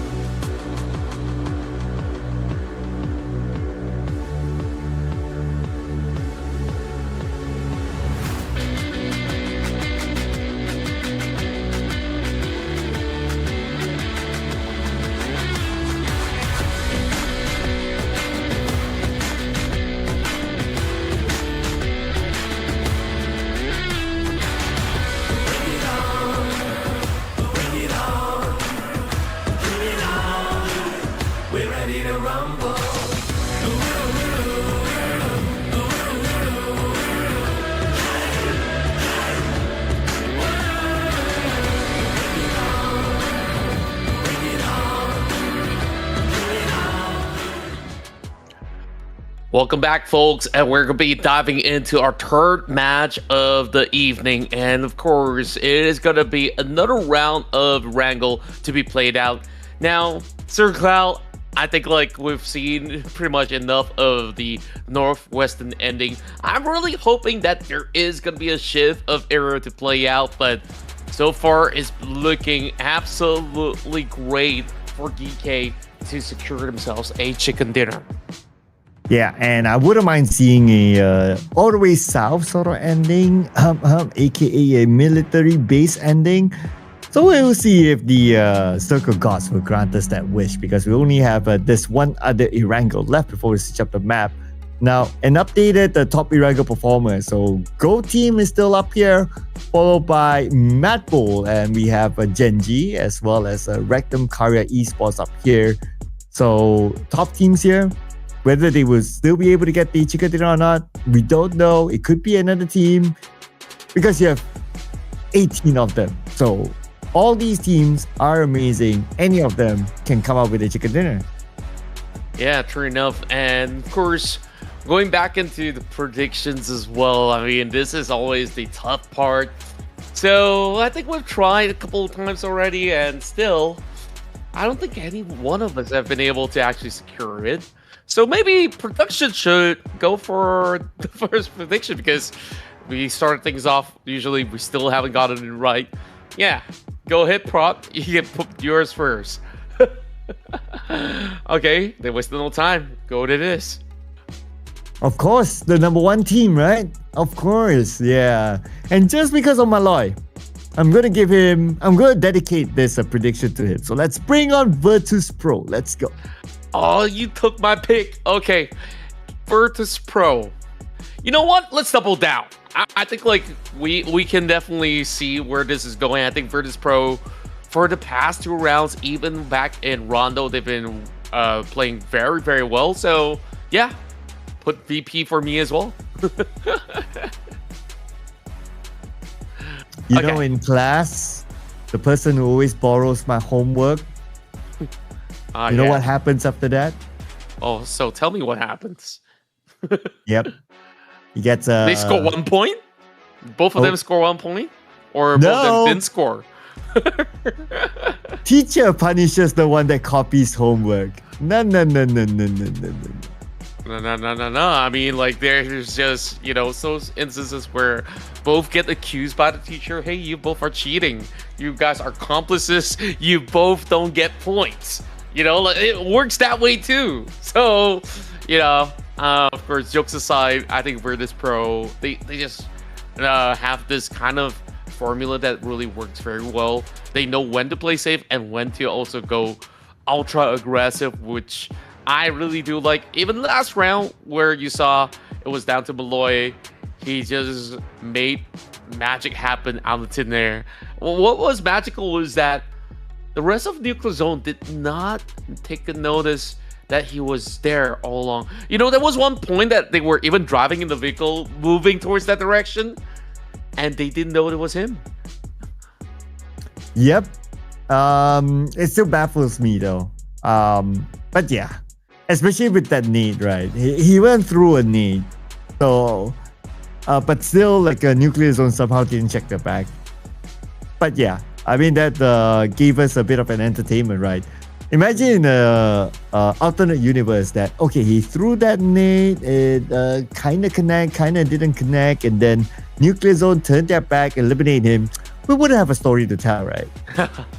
Yeah, true enough. And, you know, we will write new stories here as we will have the final Wrangle match of the night.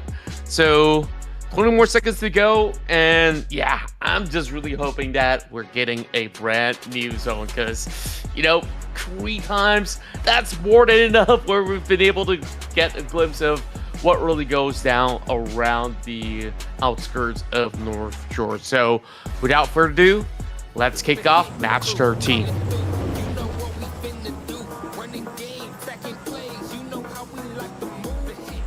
And match 13 it is, ladies and gentlemen. This is the second ERANGEL, also the final ERANGEL for today. Unlike our usual Ruthless Hype Esports tournament series where we have 3 ERANGELs, for this tournament we only have 2 ERANGELs, and then we'll switch over to 2 MIRAMARs before we wrap up the day. Flight path this time is going to pass by Pachinki, our key spot that we'll want to see if Twisted Minds and Team Falcons will fight again. Well, only time will tell. I definitely do think that the fight will go on. You know, I guess like there's multiple ways that you can actually play around with Chinky, right? Some like to drop directly in the center to secure some of all these compounds. Certain teams will drop into the church territory to get a little bit more of that vantage point. And some, more often than not, will be taking that roller street over on south side of Pachinki. So moving into the city, it seems like there's gonna be Twisted Minds here, but where is Team Falcons? Are they moving in as well? Yes, it will be, since we're already seeing a instant drop, and this time Falcons will strike first, and it is being responded in kind by Wash as it goes blow for blow. Well, here we go again. The recovery is happening right now, and Team Falcons should be back as a full team anytime soon. Red Dogs buys a little bit more time. Short range. And looks like Team Falcons. Not bad this round. But the job's not over yet. Still far from over. He's got the Bison in hand, but this is going to be a very last one. And that grenade is perfectly cooked. And this time, it's payback towards Twisted Minds. They're the ones walking away with no points whatsoever. And finally, the Falcons will rise. Finally, after like what? 2 days plus the round before, finally Team Falcons they won. 5 maps. Finally we see it. Okay, now I want to see if Team Falcons can go the distance, scoring the chicken dinner. Might as well go for it. You know, funny enough that out of many instances, you gotta also consider the fact that Twisted Minds have more to lose compared to Team Falcons because they're the ones chasing after those points and has the potential to eventually look for an overtake, right?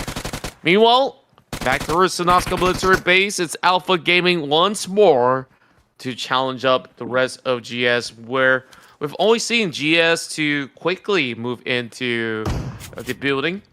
There's only one member, and they're going for a double swing. Well, I say double, it'll only take Zio to finish the job, and he will secure the second point up against GS.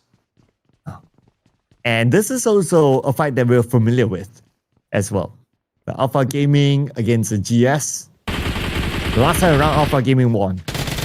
But in very here, we're seeing GEN.G Dummy showing up against Inner Circle, knocking out Noki. And now they need to identify where the other remaining players of Inner Circle are at. Okay, that's T24 on the other end of the city. T24 won't have any part of this fight for now, that is, and I doubt that he will want to take this one, but looks like he will still go for it. And we will talk about weapons. He only has a shotgun and a Mini 14, and he's still going in. Well, I would just say that these teams will have to play like there's nothing to lose, and as for T24, it's either you go big or go home, and he's looking to try to connect those Mini 14 shots, but it's on an iron side. This is so problematic when you're going on those bolt action rifles. And now he does pin down Dami though. Artful tries to wiggle his way out, and perhaps he can isolate the members of GEN.G. Sultan now with the high ground, and he was spraying with a micro Uzi. That's going to be the end of T24 Inner Circle out at number 17. Back onto Military Base Island, Alpha Gaming still stuck here with GS. And both sides not really breaking each other just yet, but GS only 2 players. Now one of them, they're rushing in, but the moment they rush, they manage to get a knock on the top and Zul down as well. GS, it could be making a big comeback here. D3S, knockdown.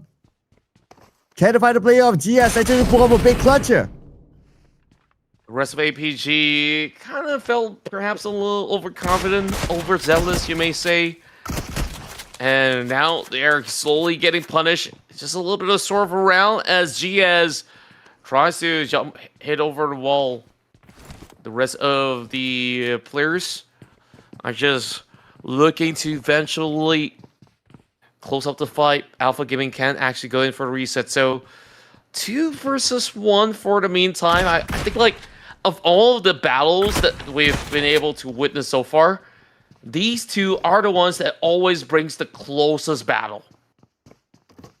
It's a 1v1 now. That's how close it can be right now. Jafar versus Refuse. Jafar, is he going to secure the elimination point? He will. Okay, DBS versus DBS.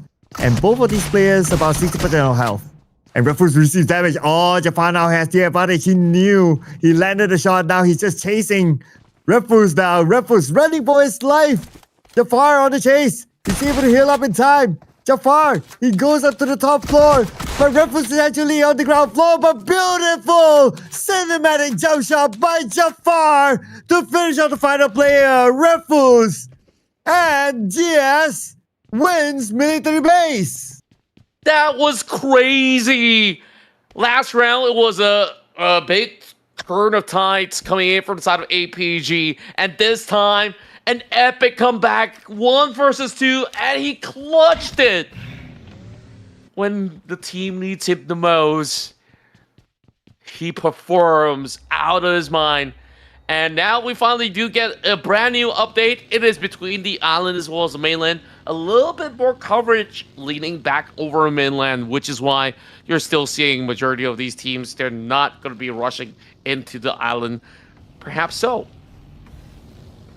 Yeah, because I guess the it's quite easy to tell that there's a high chance that the circle will be in the main peninsula. Well, unless if the circle acts up and it pulls to the main base, why not? I won't be complaining, but Tulika will be complaining with the fact that he is gunned down by the player of Kara. And now Lemon will try to get revenge. Lewis as well from the other side will take down Pusher. Mamaso needs help. Spider-Man taking the time to heal up. And he will be back up in as 80% of health. And now MADBULLS are responding back though. This fight is still a 50-50. It's a 2v2 now. This is going to be a daunting task. MADBULLS now making a dash for it. Meanwhile, Spider-Man, he does get a glimpse and he will catch him off guard with the S12K. The rest of Kara pretty much spread a little far too thin right now. I think see over on the top side with his horse, kind of exposing his location, and just like that, MADBULLS goes in for the A's. Of course, still damage done towards the Bulls as they now get to at least go for some restock. And MADBULLS are 4 elimination points in the pocket as they continue to pursue the #1 team at the moment, the GOAT team. Now we'll get a confirmation. Okay, Circle Main Peninsula as expected by majority of the teams anyway. And the only team that right now, or the only player right now inside of Main to the base is Jafar. So it's his call when to make it across. Yeah, ironically, now everybody has to move into Pachinki. I mean, they could still play by the Potato Hills or maybe hang around the corners of Rosalt before further committing because there's an off chance where it could still swing back over the North Point. So these teams, they don't really have to double down onto any singular location just yet. But so far, the coast seems clear. Other than the 2 teams that has gotten taken out, I would say that the dust has settled for quite a tad bit.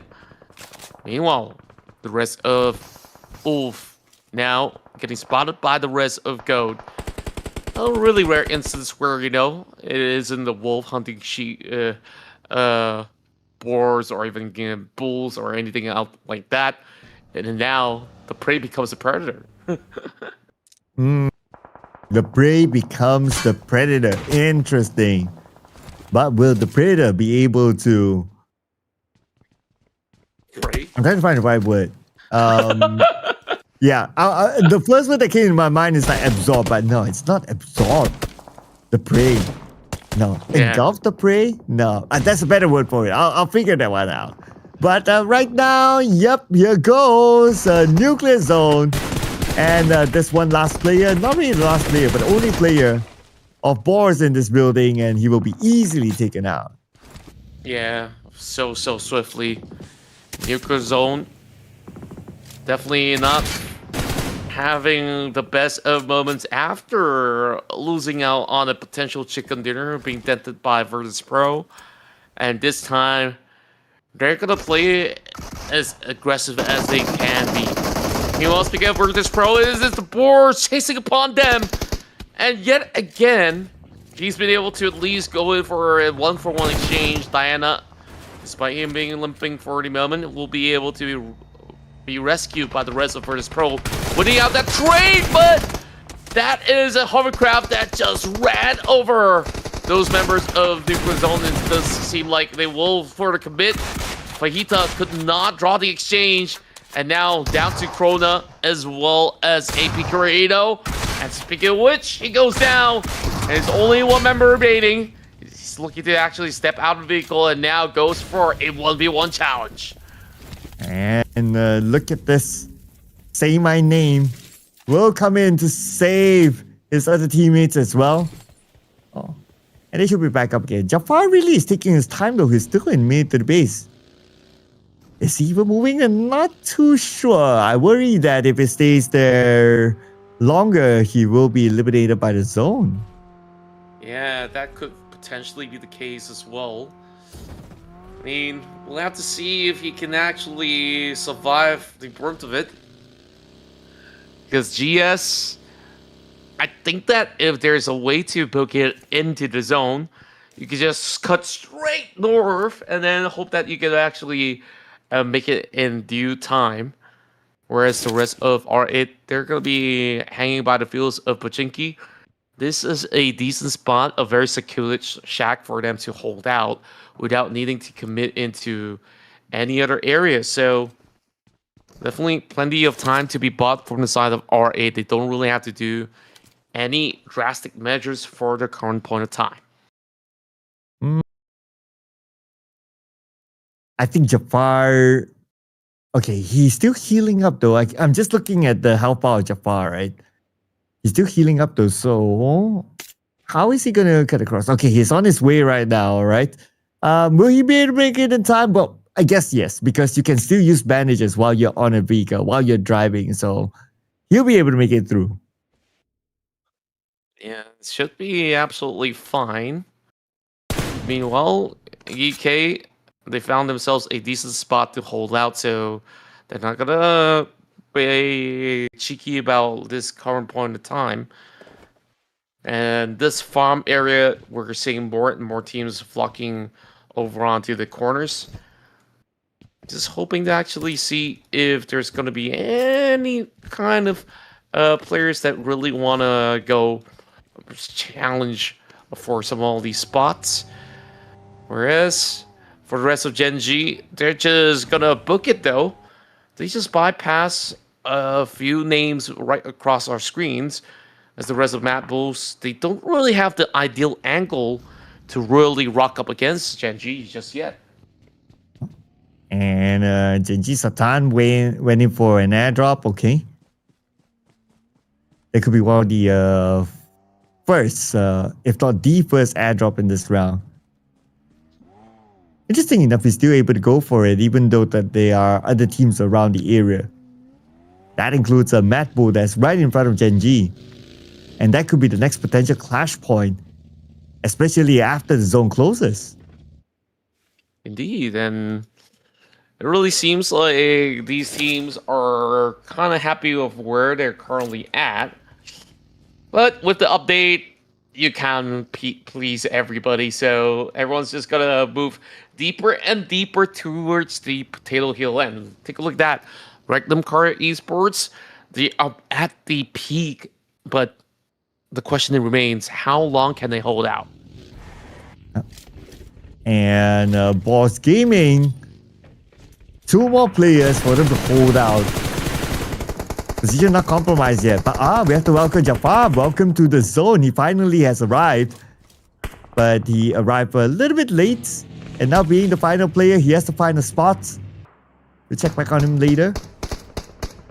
Because right now it's going to be Scar. Oh, Jafar is actually in the same sniper tower as Scarface. Okay, and Catch saw him. So they know that there's that one player there. And with that information, he could be pushed. But for now, Go Team will try to stop Gen.G from climbing up this high ground. And there's just a lot of work to do before they actually get to a deeper position. But for the meantime, Gen.G is being pinched in between. This is getting harder and harder for them to really get their way across. So they're taking this battle up against the Goats. The Goats does actually find one. Can he actually find another? As Big does get a glimpse of through the window pane, and he tries to line the S12K shot. Not quite hitting the mark. There is no deflates being thrown out from the side of Gen.G. I think they should be looking to at least flush out that position. There we go. A couple of attacks coming from the grenades. Is it going to be enough for the meantime? Doesn't seem likely so for now. But for the moment, it seems like the rest of the players are just making sure that they can just stay afloat. The rest of Goat still holding firm. GS took way too long. They will be the next one to crash out, whereas the battle continues on. Kraken now eyeing out on that window pane as they are lopping those grenades, tagging onto the member of Gen.G. And Artful right now is still in this shack. His other teammate again is on the other side. So I wonder, oh, Artful needed down, I believe. Okay, now that means that again it's going to be the final active player for Gen.G. I don't think you have the space to save his teammate. Now BOARS Gaming in action as well with the final player EXO eliminated by Virtus Pro. That's going to be a BOARS eliminated at number 12. Oh, that is just absolutely tough for them. I mean, take a look at Gen.G. They also got wiped out with a big bang. And Goat, they're extending their lead even further from here on out. And Goat 3 eliminations already. Technically still with a full team. I'm sure they can pick up their fallen teammate. Too bad for ETSH this round. We did talk about them being on the rise, but this time they're back to a 0-point round. Hopefully they can make a big comeback in the next round in Miramar. Next team to be eliminated is Falcons. After dominating with 5 elimination points, they got immediately eliminated right after that. Make that 7 elimination points for Falcon at number 8, so 8 points collected this round for them. The Falcons so far are doing a massive duty right now after winning out Twisted Minds. The rest of REG still planted on the hill, but of course they've lost 2 members so far. The rest of VP just cutting over onto the eastern corner. I always mistaken their name for Vampire Esports because I'm just so used to saying PPE in that sense. So, of course, Virtus Pro, the team that we voted for so far, stacking up 8 points. And the rest of R8 looking to plow through. If they do win this battle, I think they can dominate the hillside. So I guess now the audience knows who copied whose homework now. Well, got called out, I guess. It's okay. But, Doesn't happen all the time. hey, you know, like some wise man once said, you know, imitation is the highest form of flattery. Is Wow. that how the words go? I'm not quite sure, but probably so. Yeah, that rings a bell. That rings a bell. I'll give you for that. But let's see if Go Team will be flattered here by GEEKAY, or will it be the other way around? For now, GEEKAY is the one on the lower ground. Won't be much an effect onto Go Team. I guess we'll need to wait for the next stage for anything to significantly happen between them. We'll definitely have to wait and see. Meanwhile, a little bit of attack going on. As Goat soaking a little bit of the damage. And this terrain is just so difficult for all these teams to truly navigate their way around. Just eyes on the prize right now for the side of Rectum Karya as they try to put in a little bit of spread onto the members of R8, and they're sending 2 to close it out. And Rectum Kara, interestingly, 2 elimination points as of now. They're going to take over the Potato Hill. And they can add to the account, or potentially add to the account. But of course, they must win these next few fights. And the next one could involve R8, long range spray by Prestige. And that's a beautiful knock there from afar. But now ZT7 sees another one. Say my name. We'll be calling for people to save his name. To save him now that he's down. Oh boy. Hopefully it gets rescued in the jiffy. The rest of R8 now left with only 2. I mean, they've been on this side of the area for a very long time. And it does seem like they could still have just about enough space to really play it out. They do spot those members of GOAT cutting right across, and it's looking rather daunting. These teams have to really take a little bit of a slow approach, because right inside a circle there is still members from the side of Ulf holding firm over onto the lower end. They do have a couple of all these areas that they could just really defend themselves.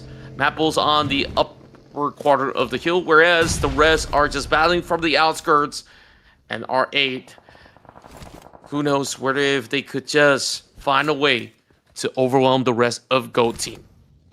Yeah, GOAT team, Virtus Pro, and MADBULLS, the top 3 teams, they're still in the game.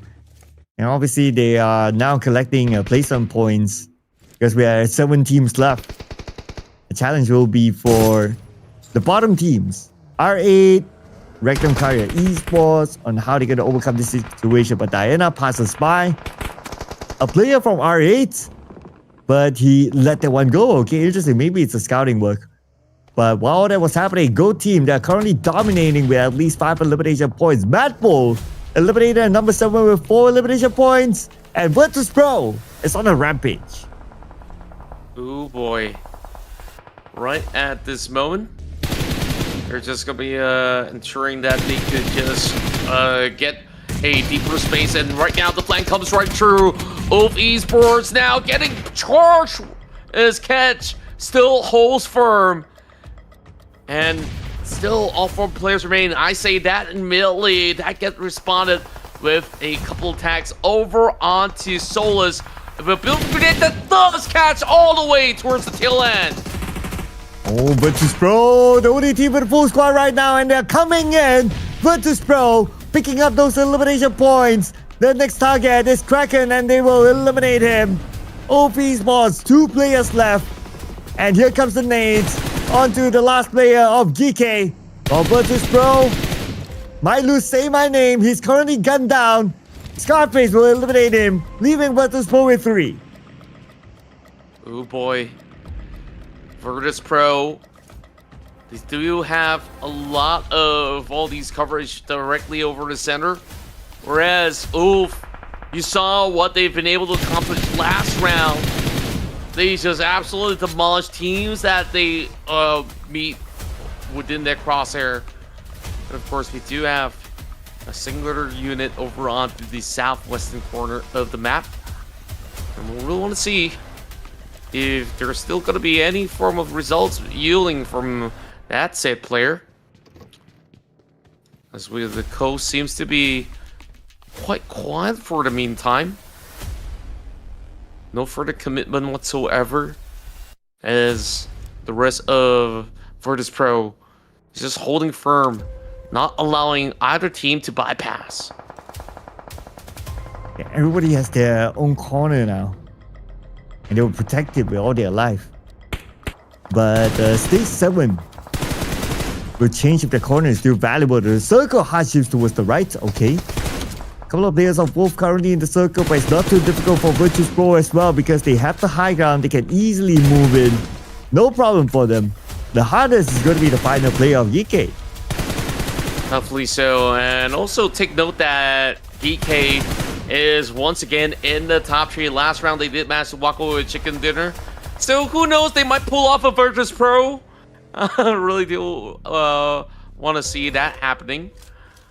And for the most part, this is just going to be a tough task for either side of the party to really crack the case open, especially with this zone now closing in favor of the side of Ulf.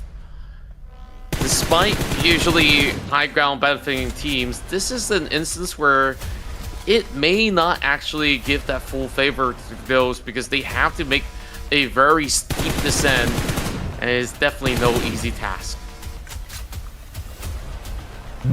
But it still, to me, looks like Virtus Pro has the best chance of scoring the GEEKAY there. Not only because they have 3 active players, but it's easy for them to enter the circle.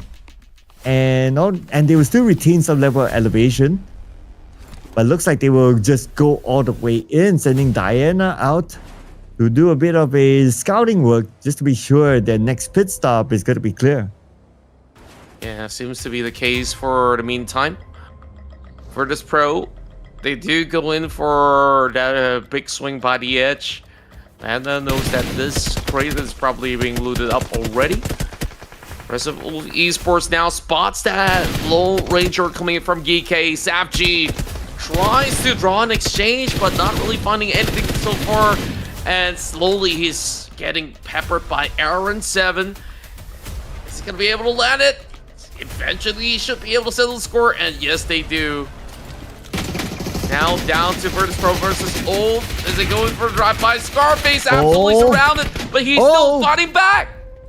Oh, but now it's only Aaron left. 1v2 against the players of Virtus Pro. And the circle favors Virtus Pro. Aaron at the edge of the circle by the end, but he still fires back. He gets one. One more to go, but the pickup is happening right now. And guess who? It's Malloy picking up Diana. Ooh, boy. Malloy, the savior of the previous round, now saving the situation.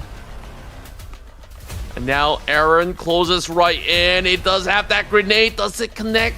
Way too short. Meanwhile, the rest of Virtus Pro drive towards the opposite end. Aaron now just going on foot. Doesn't seem like it is going to be much that they could actually acquire for the meantime, but there can just be some element of surprise coming in from Aaron.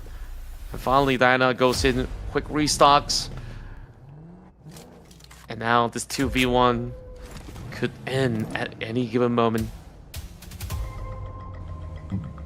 They're still looking where Aaron is at. Okay, Diana really careful now. But he's on a vehicle, so that's why he can kind of take his time to check. Virtus Pro, they are just checking the same area. They're not like really going like by the edge. I guess if it's by the edge, then they'll just allow the zone to do its own work. Most likely, they will be opting to do just that. Don't really have to play with all their might because they just have to just bide some time, get into a better position, and then eventually close it out. And that's all that needs to be done. As much as I say that, it is always very difficult because once you're the ones holding the phones in these circumstances, the nerves does get into you. So that's it. It's a long standoff as Malloy slowly creeps in. And given moment now, he still has a couple more throwables to be expended. And we'll see Virtus Pro. Can they spot out Aaron? It's just taking a little too long for the moment. And hey, not really complaining for far too much. I mean, this is just nail-biting action from both Ulf and Virtus Pro. I'll say it on behalf of Contra. Guys, it's a 2v1. Just go for it. Just go for it. Don't allow him to take the first shot. If Aaron takes the first shot, maybe it's a first knock and then he swings his weapon to the second player and he can pull off a clutch. But that will be insane though if he can do it. Okay. Now Diana shows himself. Okay, here comes the vehicle. Okay, that's the first knock. Okay. He got the first one, but Virtus Pro came in right after to lock in the chicken dinner. And we say thanks to Virtus Pro for the point. Oh yeah, see? Sometimes you just gotta work together in order to score huge. And well, we managed to finally get our predictions right. Thank you so much, Virtus Pro, for closing it out. And well, it was still a very steady call. I think like they were hoping not to make any mistakes. I mean, respect given to their opponents as well throughout that span of a nail-biting finish. So now that it's all concluded, how many points did Virtus Pro get? We have to just check once again. Teacher! Contract copy my homework. Not fair. Thank goodness, there's no school at, 1 a.m.? So, yeah. Anyways, take a look at Malloy. He's on an absolute fire today. 8 elimination points just by himself. And of course, the rest of his team definitely have put in the work, but he's a player that does it all. You saw when the moment requires him to go in for the rescue, he's also putting himself at risk in order to achieve that. And after getting a second place finish in the previous round, now Virtus Pro goes to chicken dinner. Interesting storyline here for Virtus Pro. But of course, it's all about being consistent, right? It's not a sprint, it is a marathon. So we will be keeping an eye if they can continue on this kind of performance in the next round of Miramar. For now, rejoice, fans of Virtus Pro. Another very good round for them, obviously. This is the best round so far with a chicken dinner in hand. And besides Virtus Pro, we're also gonna give it to Esports. And Go Team is still here together with Falcons. And now, for the fact that Go Team is also here in our teams to watch, I don't think any teams would have done enough yet to dethrone Go Team. Yeah, they're definitely having the right protocols, and overall, they are very well balanced. They know when to really push out, and there are certain moments that they're willing to actually wait it out in the blue zone before cutting right through. And take a look at that. Team Falcons have finally been able to make a decent record after winning out the duel up against Twisted Minds. I mean, the tension will continue on, but this time in the form of Miramar. Let's take a deep dive into the head-to-head, because it really seemed like the stats is telling us that Esports have done a little bit more work as compared to Virtus Pro, but the damage numbers are almost identical. Yeah, that's right. But this is also only like knockout numbers, right? So it doesn't give us a full picture on how many eliminations that they get based on the damage output converted to elimination. So we need to wait for the match stats for us to know. But before we head on to that, of course, we have to give the MVP this round to Malloy, who also gave Virtus Pro the second place sneaky finish.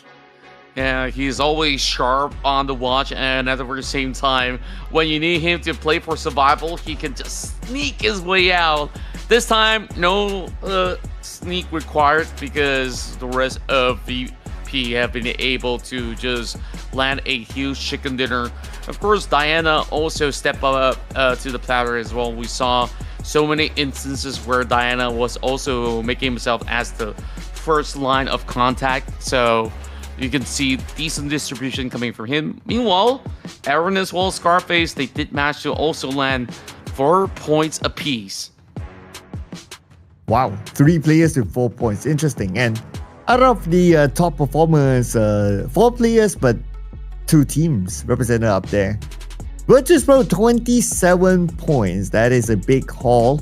Followed by Esports 15 and Go Team with 8. Now we have 3 teams not able to collect a single elimination point. ETSH Esports, Inner Circle, as well as Twisted Minds. So speaking about Inner Circle, it's always very hard to predict what will happen for them, because sometimes they have a good mood, they don't have an off day. Sometimes they might not be in the mood. So I don't know which version of Inner Circle will turn up next. Yeah, they're the kind of double or nothing team. It's really just like how the Team Falcons play, right? Because they always go in for the early scuffle, and if they do win that trade, it's going to be a good round for them. If they don't, they might just walk away with 0. So there's just no balance in between. So I'm just hoping that eventually they'll be able to make certain adjustments to kind of get the better leverage of most situations. Of course, with that being concluded, GEEKAY has continued on the climb as they finally make their way into the top 5. Whereas, looking at the rest of the field as well, ULF have been able to also move into the 7th spot, 2 spots ahead, overtaking IC as well as GS. Well, Virtus Pro is now 9 points behind Goat's team. But the thing about the Goat team is that they're always hard to. It's kind of hard for us to see them being eliminated early. So they're like still super consistent. So I understand that it's kind of hard for the third place teams to catch up. But then again, because we are running this tournament through 2 different phases, as long as they can keep themselves in a decent distance, then yeah, there's still a lot more games to come. But now, just a quick summary of what's happening on page number 2 here. Only 2 major movers. So Falcons, after winning the Pubg fight, they go up to number 15. We are 2 notches. Nuclear Zone goes down, and ETSH is 13 points away from potentially overtaking a Nuclear Zone. But that's about it for the ERANGEL matches, ladies and gentlemen. We're going to take a short break, and after we come back, we will be heading into Miramar. So don't go anywhere. We'll see you guys after this one.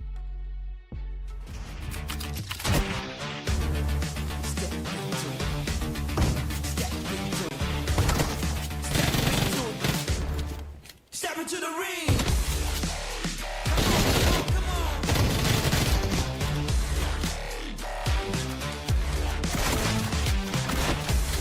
Let's go.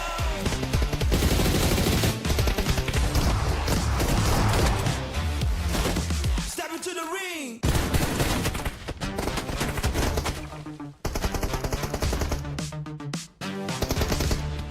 Step into the ring. Step into the ring.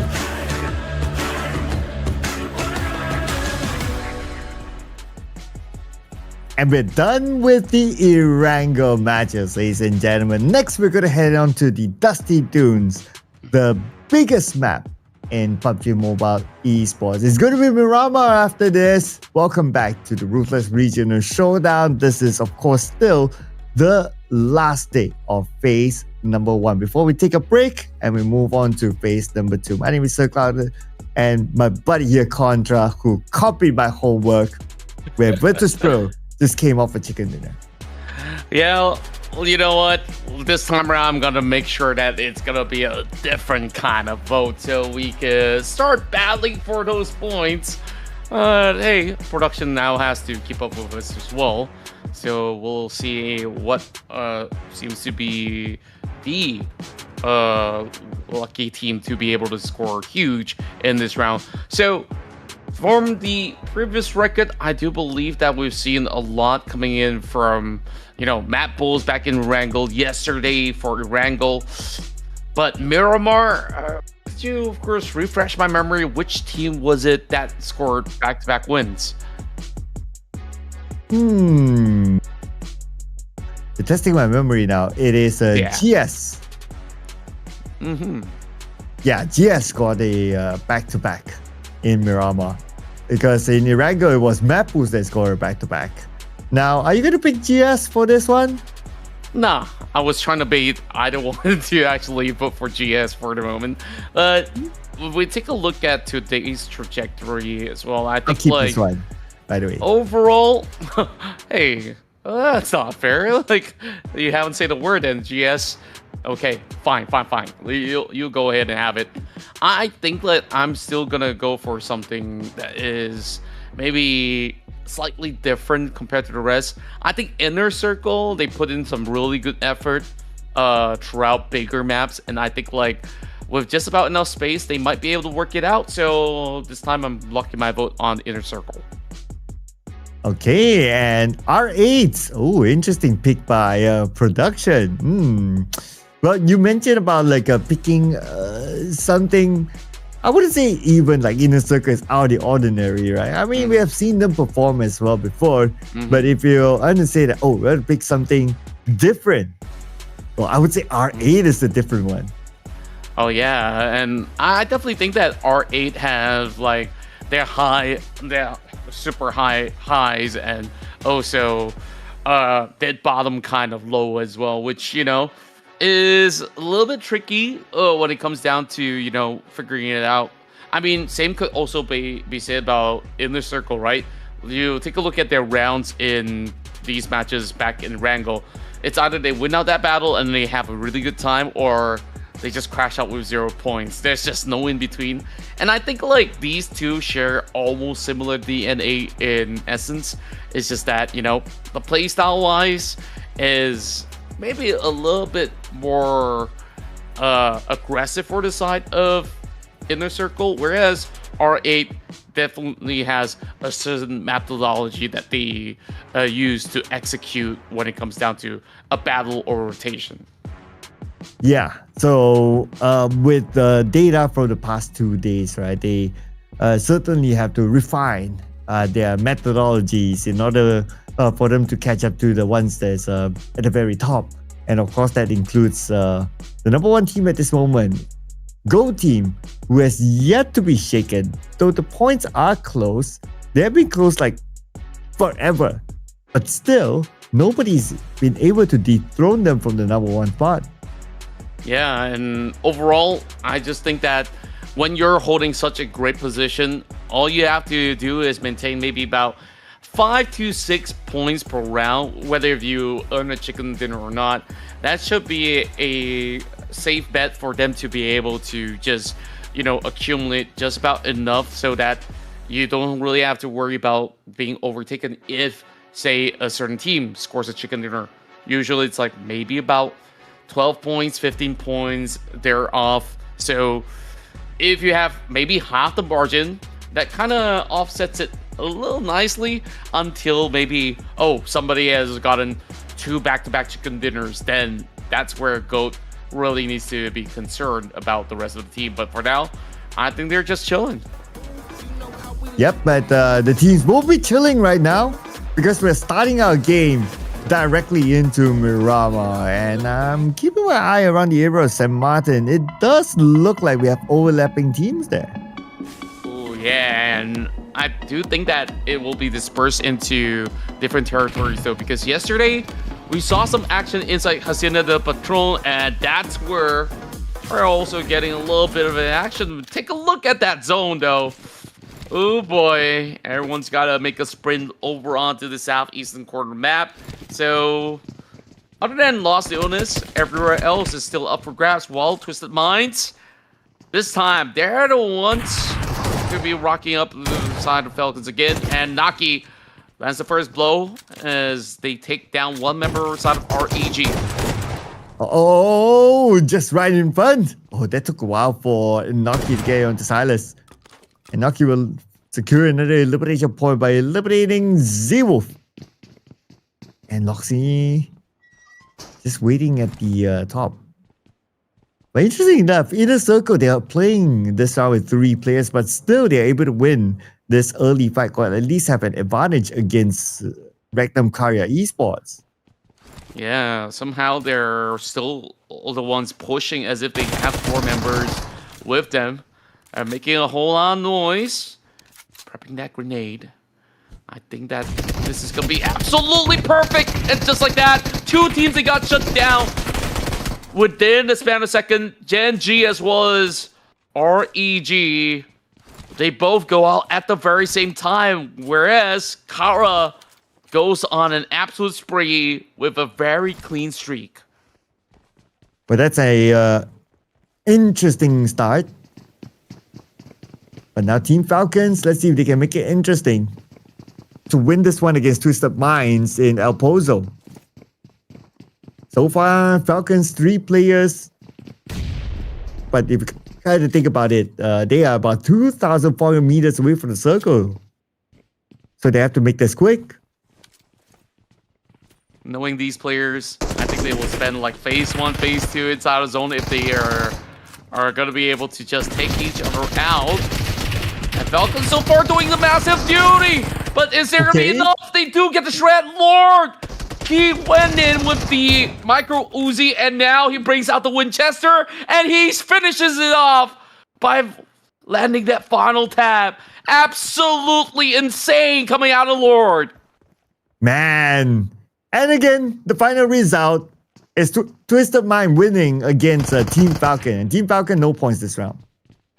We will check back on to Velodemar right now. Virtus Pro playing without Say My Name. I guess it's running a little late where, you know, for Inner Circle, they only play with 3 members. But for the rest of Virtus Pro, they're just going to continue on with that current momentum that they do have. And now up against Nuclear Zone, which, of course, funny enough, they've been able to first raid on that parade to deny them that chicken dinner. And this time, they're going to look to secure the entire fight and sending them close to dead last. Virtus Pro, though without that 1 player, but still they're able to win this fight. And now, update on the participants within the circle. We have at least 4 of them fully inside. The rest of them on their way, including in the circle, who's currently at Picado, Wolf around the area of Power Grid. So it should be a straightforward movement by them to come in. I guess this is where we'll chill. Oh, but hang on a second. On the right side of the map, just on the outside of Impala, we might see the 2 teams clash, GEEKAY and ARCred. Yeah, there could be a potential scuffle, but seemingly enough, there is a convoy going on, so they're just going to be moving on wheels for the meantime, and perhaps they may also look to avoid each other.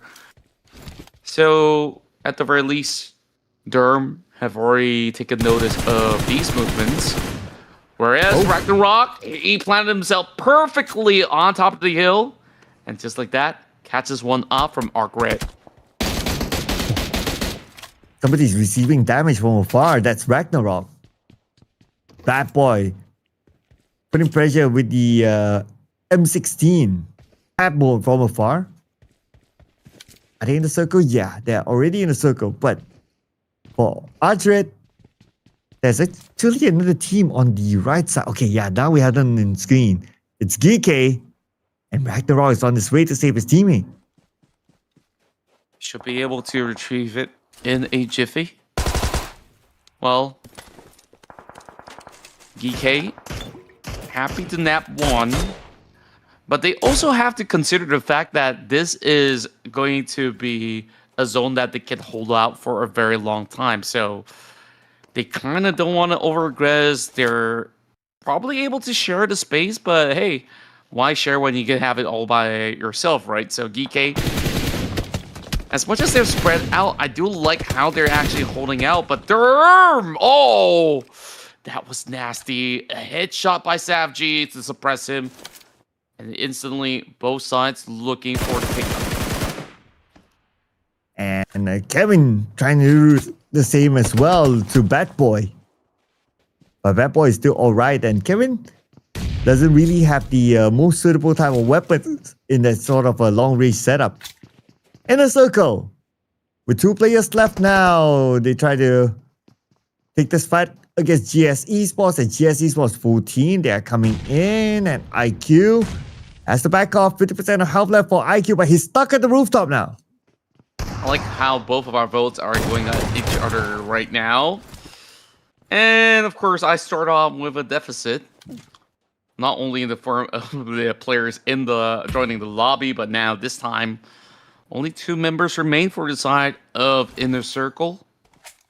Definitely a big advantage for the rest of GS if they really want to go in for the push. But they're happy with what they've got. They want to bait those members of Inner Circle to eventually go out there to try to get the revive onto IQ. But they're not going to waste any more time. They're sending Jafar as well as Icon into the arena. Oh, Jafar! And they will finish up the remaining players of Inner Circle out. Now looking at Impala, this fight will continue on. ARCred, you know that there's somebody just right across them. The final player of GEEKAY in this area now will hide it out at the rooftop for now. But for how long? Because now the circle has shifted. So, SUPERMASSIVE, we need to move away at some point. He's just firmly planted. He knows that even if he hops down, he's going to be absolutely exposed. So perhaps he just needs to wait for the backup to appear. Nurzet now already going for the flank. A very deep angle, so very peculiar stance that he's actually taking. While I believe Hardboy has been able to spot some of all these movements, and actually, to correct myself, it's actually Derm who's got such a great field of view. Meanwhile, SAFG relaying every single drop of information back towards his team so that they could plot it a little bit better. I kind of like how GEEKAY, despite them moving in from the south side, they did manage to at least have the corner of the zone for the meantime, as you can see from the minimap. So, current position, Kevin as well as Nurzet, they're going to play from long range. So, SAFG, this is going to be him dancing by himself, and I guess he won't be dancing anymore because his knees pretty much on the ground. Yeah, they just needed to know where he was, and the rest is pretty straightforward from there. Oh, Kevin has to be careful. If he gets knocked up here, then Nurzet is nowhere to be found to save him. Okay, on the minimap, we can see Nurzet traveling towards Kevin, so they should rendezvous with each other. But after that, they have to figure out a way to get into the circle, and it might not be through Impala.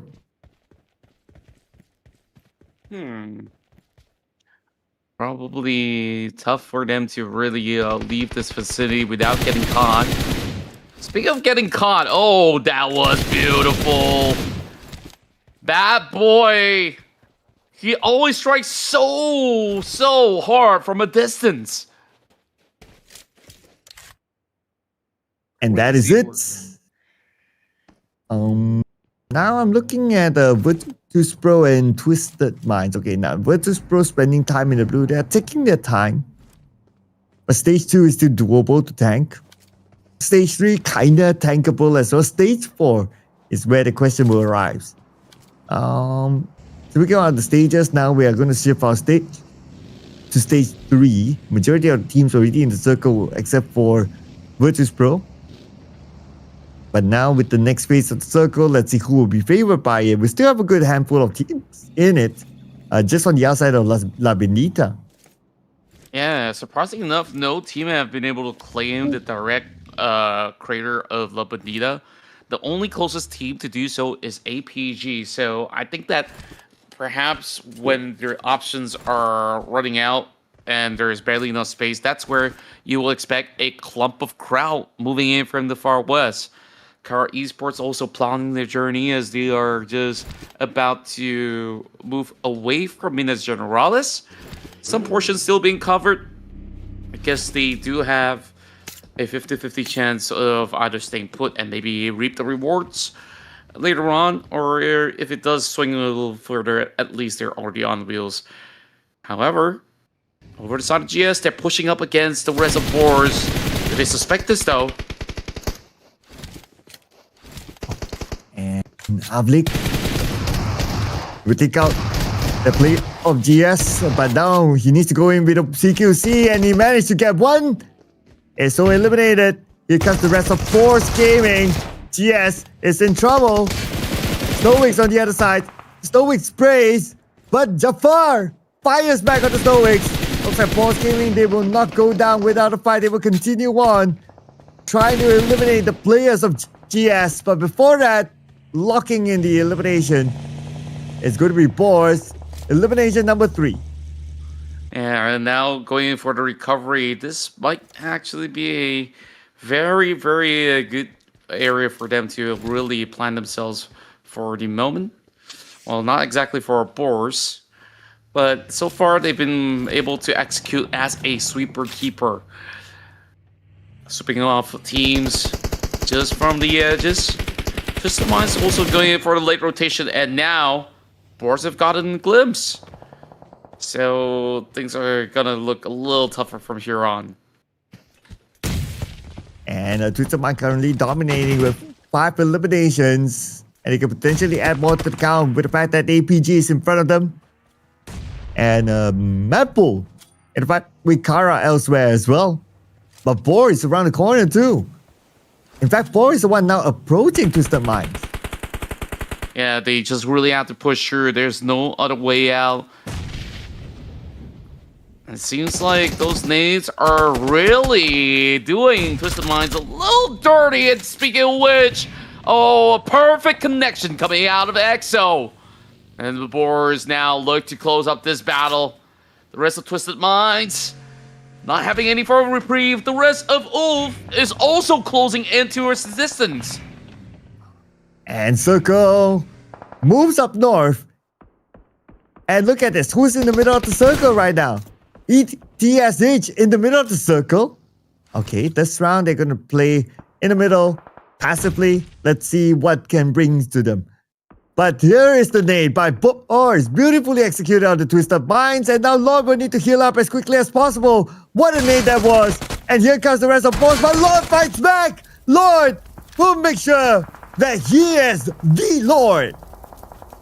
Oh my goodness, how many times did he trample teams after teams, and now he still needs to sell out the final member of BOARS. I believe Catch have also been able to shut down the BOARS at the very same time. Oh boy, I thought things were good going for the side of BOARS. At the very least, they walk away with 7 total eliminations, finishing off on top 10. And take a look at the majority of all these teams. They have a little form of casualty other than GOAT as well as Kara at the moment. As I mentioned, casualty, we're already seeing MADBULLS now on the hunt. And it will be Pusher barely surviving. He does get the heal off. Oh, thankfully, he got himself a little bit of cover. Meanwhile, Spotman is dancing in the middle. And R8 is shut out. And now we're in our top 8. All these teams starting to collect points. MADBULLS pusher will be cut down by Marcel. And only one player left for MADBULLS. It's going to be Spider-Man. He's surrounded by the players of Kara. And Kara, they're going to move in right now. They want to make quick work out of it. And there you go. Next team to be eliminated is MADBULLS. MADBULLS, so far, at least walks away with 5 points for most of their rounds. This time, only slightly short. Whereas for Virtus Pro, we've seen what they could potentially do in dire situations. Now they have to face off up against the rest of ARCred. Heartboy, he's running out of all these frag grenades. I believe he's also depleted all of his smoke, so that's hence why he did not consider going for the direct push.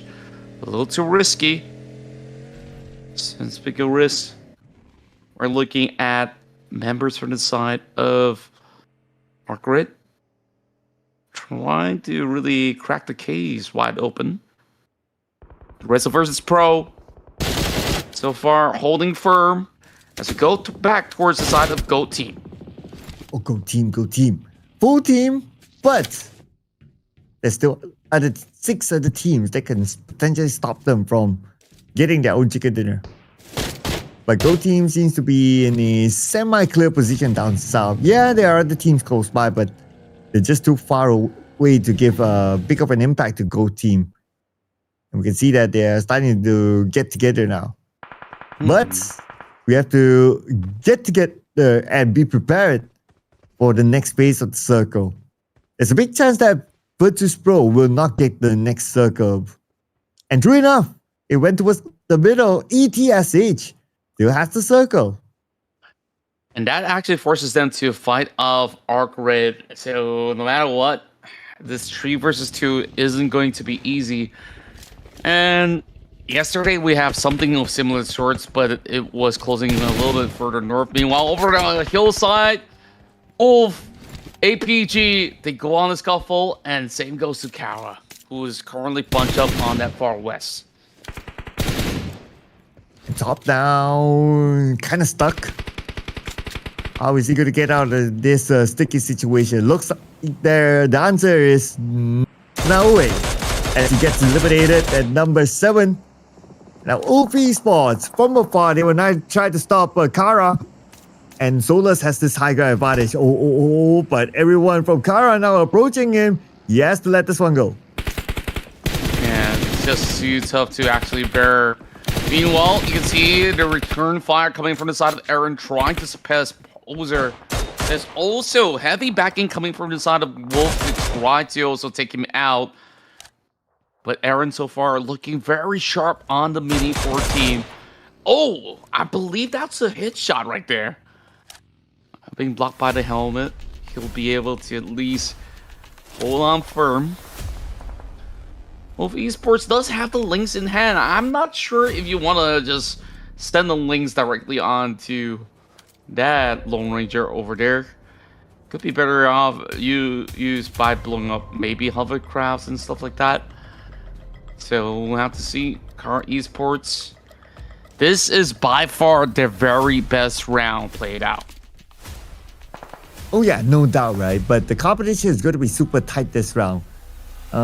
In previous top 5s, we will see like, maybe 3 teams with 1 or 2 players. So that gives a big advantage to like the teams with like 3 or 4 players. But this time, we have 5 teams.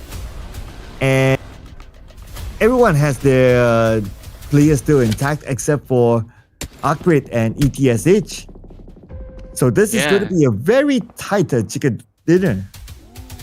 Indeed, it will be, and you can definitely see there's a lot of all these date space where teams could not basically trespass, which is why you're currently looking at a very awkward stage 5. So probably they'll have to wait it out until the next stage appears.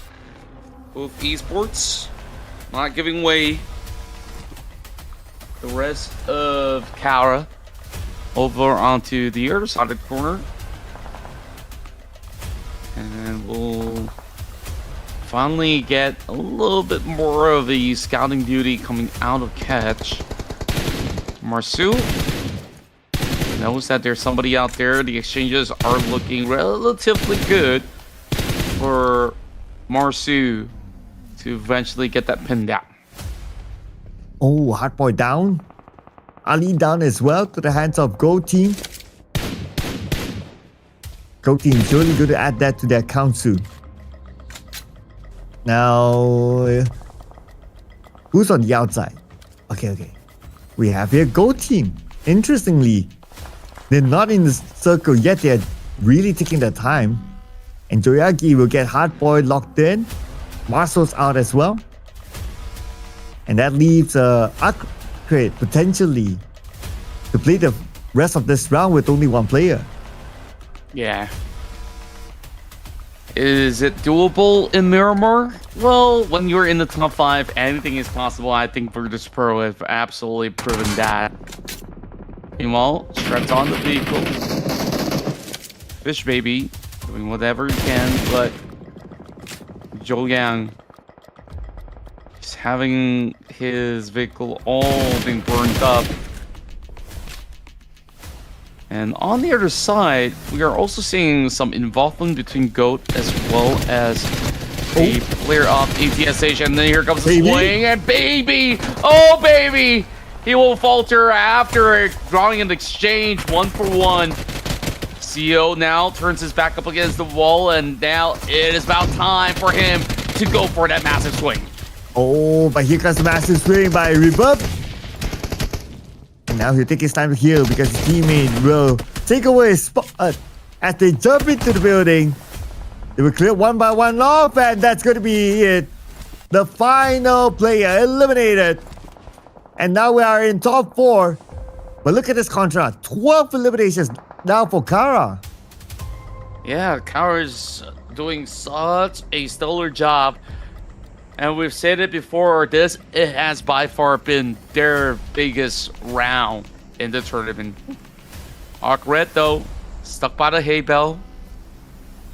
I think he knows very well for a fact that he is absolutely isolated. So I have to wait until Bat Boy makes a call to try to spot the rest of members coming in from likes of as well as Kara. Goat now with 2. And here comes Catch again. And there you have it. It's CEO. That's the one that gets the drop. Okay, and who gets the point?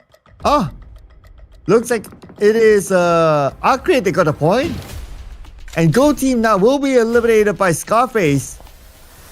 And that's it for them. Now it leaves us with 3 more teams. It's either Kara and ARCred for this chicken dinner. ARCred. Can they play spoilers? The rest of Kara is booking into the direct center. And I still really want to see if ARCred can pull this out of the rabbit's hat. And take a look at how well Scarface blends in. One with the hay bells, while Catch, he's just rolling on the floor right now. Relatable. I feel like doing the same thing. Yeah. But Scarface feels like doing something else. He got a knock. And could this be their opening to just push in? Not yet, it seems though. Wolf Esports, they are playing this very, very cautiously. Okay, but never mind. Maybe Solus might go in, but not fully. They will just park on the outside of the building and wait for the next step. If they can get a knock here onto Poser, well, then I guess they can push it into the building to try to take out the remaining members of Kara. Speaking of which, these 3 teams lock and loaded. Stage 7 is about to close up. This is by far the longest round that we have in Miramar, comparing it to day 2 at the very least. The rest of Wolf Esports now looking for the opportunity to strike. And Marsu sees a little bit of a glimpse of movement, I do believe, as Bat Boy. He's just going prone, being absolutely elusive for the meantime. I'm honestly not quite sure if the member of ARCred can actually survive, and I guess I finally have my answer. There you go. Oh, not yet. That boy is still in the game. He still needs to move slightly forward. So this is the part where I'm not sure how he'll be able to do that. Look at this long range spray, and Marcel out together with Bad Boy, and now we're down to the top two. Top two. It's between Ulf as well as Kara. Definitely means a whole lot towards Ulf, as they were just trampling out teams after teams back in Erangel. And so far, if you look at the minimap, Ulf, they secure more than 50% of the current zone. Oh yeah, so Ulf now they stand the best chance of locking in the chicken dinner, just because of the territorial or the circle control that they have now. Whereas for Kara, it's kind of difficult for them. I mean, now they're surrounded by Ulf Esports and there's a lot of open space in front. The best they could do right now is to create this smoke bridge and try to cut across. Or if a Poser can get a knock onto maybe Scarface or someone else.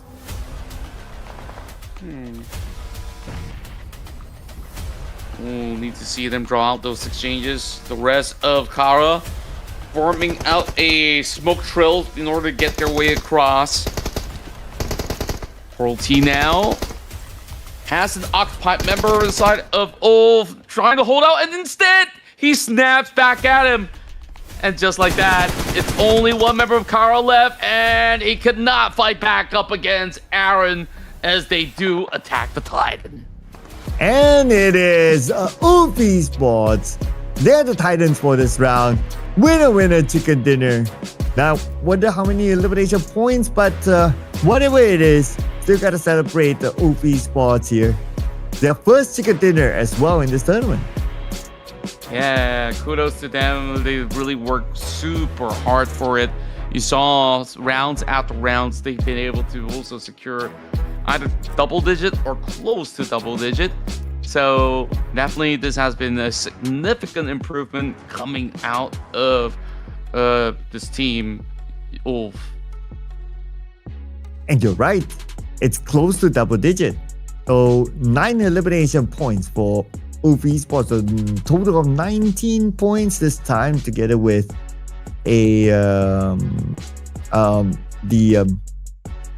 play some points and also the chicken dinner combined together. But Ulf Esports, I wonder how will this affect their overall points. We'll need to look at that later on. But whatever it is, we still have games to come. Points will be tabulated together at phase 1 and phase 2 to decide on the winner. So every chicken dinner, every point will still count. It definitely does, and it's about to the very end. Remember, this is only phase 1, and the following weeks we do have phase 2, so they gotta maximize those points, and we've only got one final match to go right after this. Of course, before that, let's also highlight some of the teams. I mean, Turkish team, or should I say specifically across Europe, these 4 names have always been able to show up when it matters. Kara, this round, this has been probably the best ever result that they've been able to acquire, so they get to celebrate for a moment before we dive into our final battle of phase 1. Yep. Gold is still here though. I wanted to point that out as well, as part of our teams to watch. So with the fact that the Gold team is still here, well, surely they will still be at number 1. It's just a matter of how big the gap would be. Look at that in a little bit more. Right now, we're going to compare the head-to-head between Kara Esports and Ulf Esports, with a lot more or slightly more damage output by Kara. And with the fact that they've seen a lot more action as compared to Ulf Esports, naturally they will need to heal. So they double or close to double the amount of heals did in this round for Kara. And I would say that there were a certain point in time that they also have to tank some of all these areas. But once they do get a firm hold over onto the mainland, things were just absolutely A-okay. Now, from the side of Kara, we have Acior, who's been able to dish out 1,106 damage. And mind you, this is only 42%, so they probably will be able to just pull up with those kind of chicken dinner points, so to speak. So let's quickly have a look. This our top performers. We got CEO from Kara, Havlicina from Boar, Aaron 7, as well as Poser LT from Kara. So 2 eliminations for number 1 and number 2. Number 3 and number 4 is 4 eliminations. All right, and obviously we have 2 representatives from Kara here, like what you mentioned. That's also a testament to the amount of eliminations that they got this time. Confirmed 20 points for Kara, who was very active in this round, followed by Esports with 19 points and ARCred 12 points. Team Falcons again tried to fight with Twisted Minds. Unfortunately, this time they lose, so no points for them. GEN.G Esports and Regnum Carrier Esports 0 points as well. Rather surprising to see Regnum Carrier Esports down there because they do look like a team that has a lot of potential to surge. Yes, they do, and I believe it was due to the fight that broke loose between them as well as Inner Circle, which is why they didn't really got too many of all those good stuff going for them. Looking at Kraken, this is by far the longest shot that we've seen all day with 379. I think like the highest I've ever witnessed is above 400, but even at those kind of rate, it is quite difficult to execute. Now, ARCred, they move up 1 notch into the top 3, pushing down MADBULLS. Twisted Mind have also lost relatively early on, so GEEKAY, this slow and steady pace is so far paying off, but teams will need to start looking out for the players coming in from GOAT. I mean, overall, they've been super consistent throughout the weekend. Yep, and some of these teams on page number 2 will wish that they are super consistent as well. Kara, interestingly, after a 20-point round, now they move up to 3 notches to be at number 10, knocking on the door of page 1. ETSH, 4 points this round, just okay, but they still have a 12-point gap between them and a Nucleus Zone to at least swap the places or not be at number 18. But ladies and gentlemen, we have one more game to go, and it's going to be back inside of Miramar. But as usual, before we head on to that, we're going to take a short breather. So don't go anywhere, ladies and gentlemen. We'll see you after this.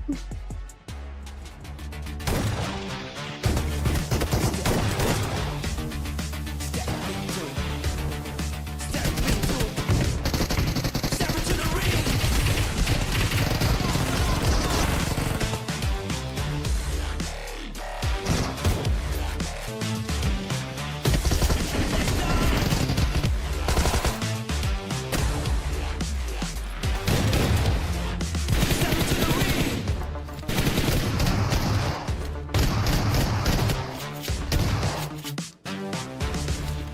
Step into the ring.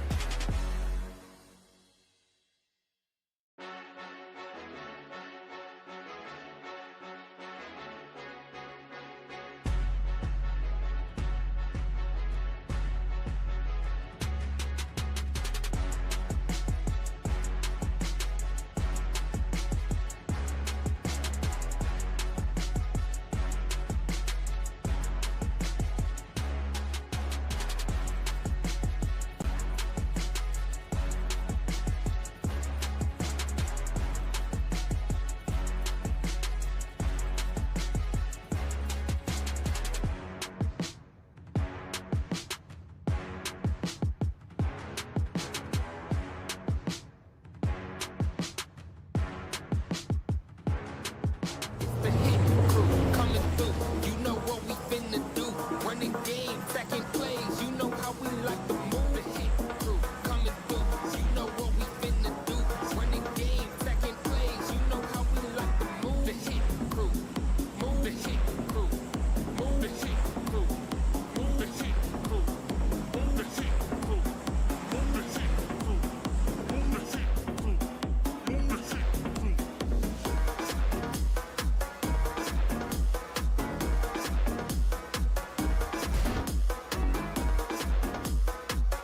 Straight across. And we would like to welcome back Contra. Yeah, sorry for I went to the loop for a moment and yeah, relieving myself for a little bit. And now down to the very final matchup 2 of the evening. We see plenty of teams moving towards the southern area of the field. Meanwhile, we will expect maybe late drops into El Pozo. Perhaps it is once again Team Falcons versus Twisted Minds inside of that city over on to the far west.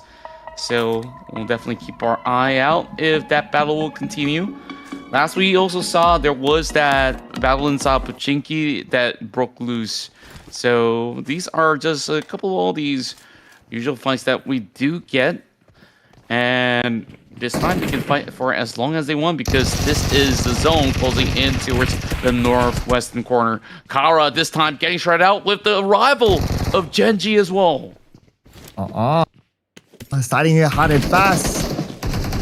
Here we go. Kara Esports, one by one, being knocked out. Only one player left.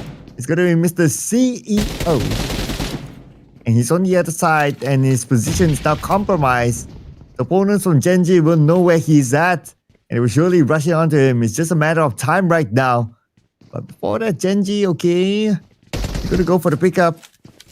But again, he's going to push on. To lob a grenade right down underneath. Barely enough health bar. Thankfully, he's been able to read it just fine. Again, now pinching him in the corner. He knows that there's just very little space. And just like that, GEN.G have been able to just absolutely dominate the area of Hacienda del Patron, knocking out Kara Esports. And we have Hardboy here sending a smoke onto the second floor. It just is a bit of a decoy to try to force his opponent to move, and it did work. Hardboy is not really pushing on. I guess he's just waiting for his teammates to come back up again so they can push together. Take the least risky kind of style. And now here comes the rest of them. Ali's going to come in as well. The two of the players from ARCred at least in the same building as the final opponent or the second last opponent. But looks like they kind of waited. Okay, they finally moved and Bad Boy got one. One more to go on the second floor of this building.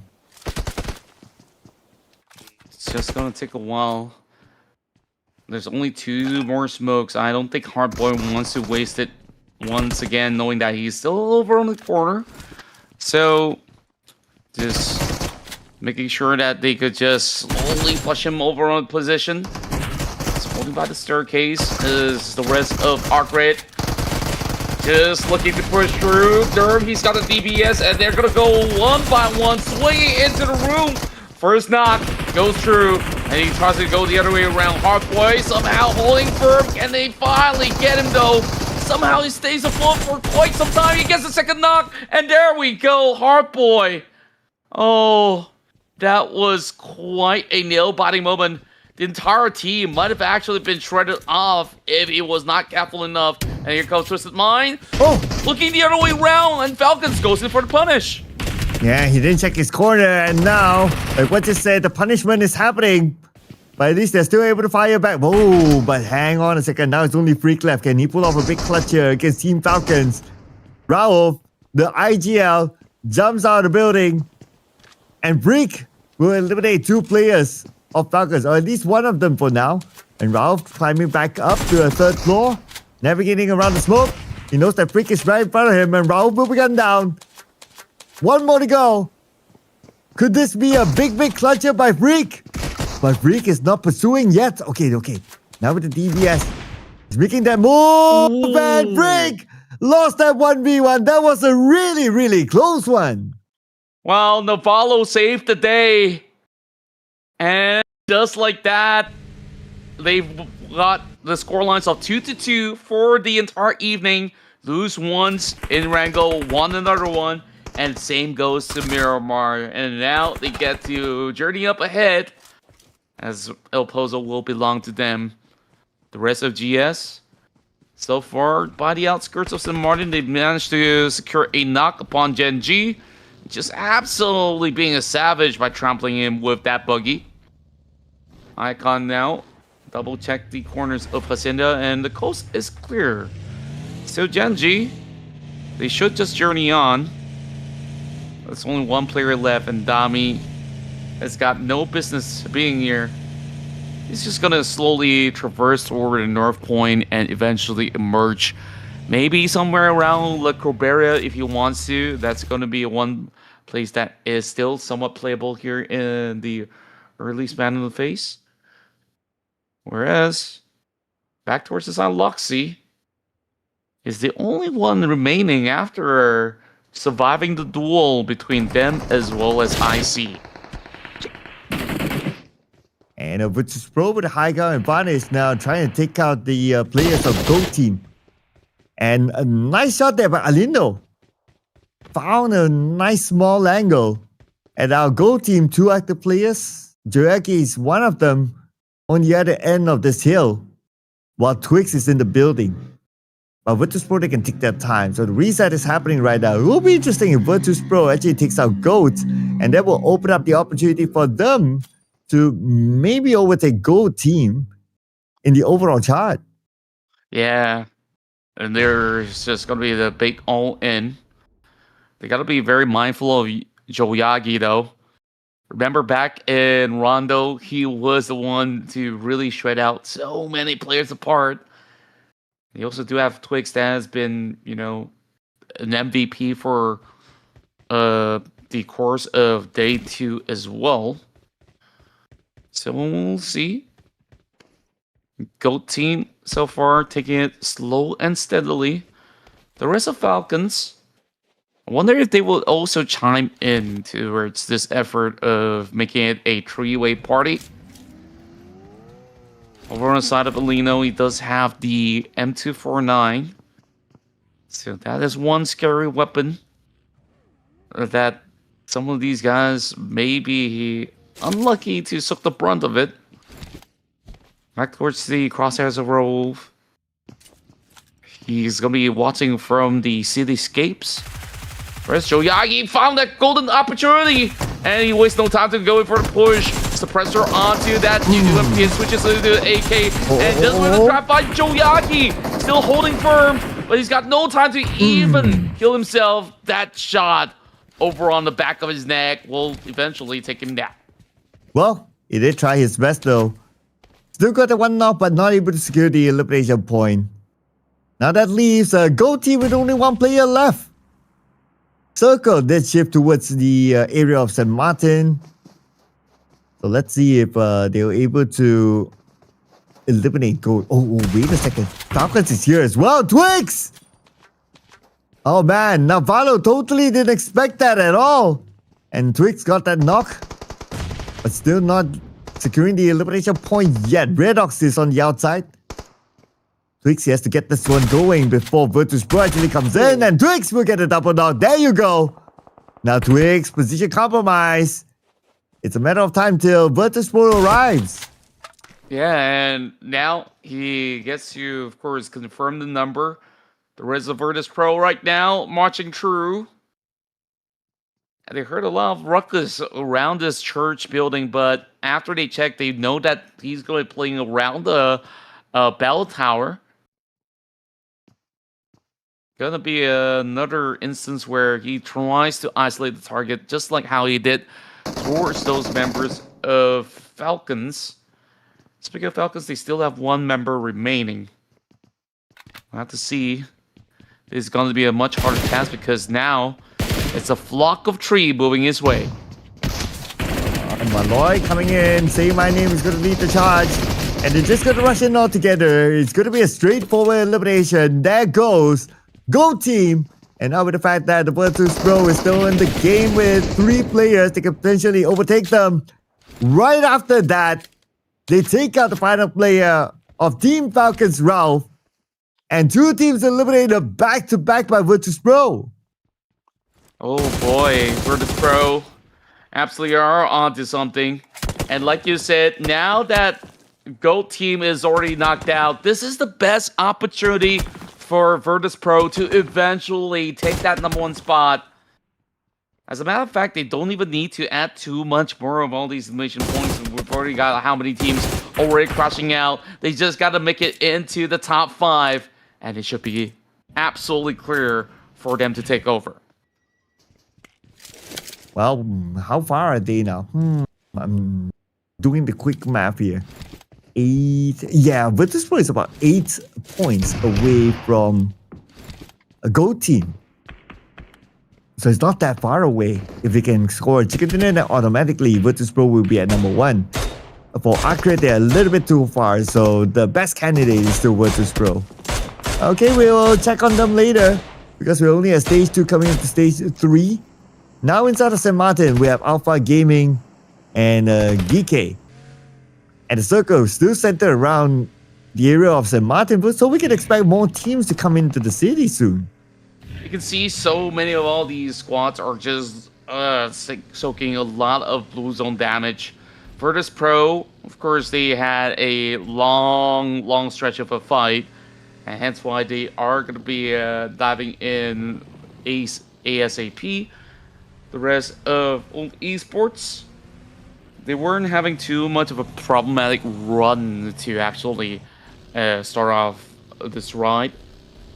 And speaking of which, Ulf, they've been hovering around the top 5 for a moment, with the rest of MADBULLS to be holding on to 110. So one more knockout, or should I say one more elimination, should just do the trick for the side of ULF. So ETSH still trying to figure out if they could actually get a pick-off up against the rest of GS. Doesn't seem like they've been able to really hit the mark as well from a distance, but Reverb is already sucking some damage. A little worrisome for ETSH, especially now they're sitting with 24 points only.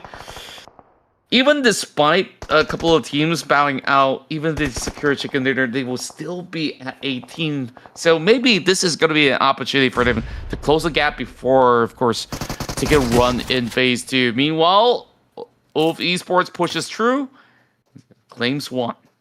Wow, this round, like teams are just taking out each other very quickly. We are at stage 3, but we have 11 teams left. And now Alpha Gaming might take this fight against Oof. Or maybe Oof will start to fight against Alpha Gaming. It really depends. Only elimination will be ETSH against GS somewhere else.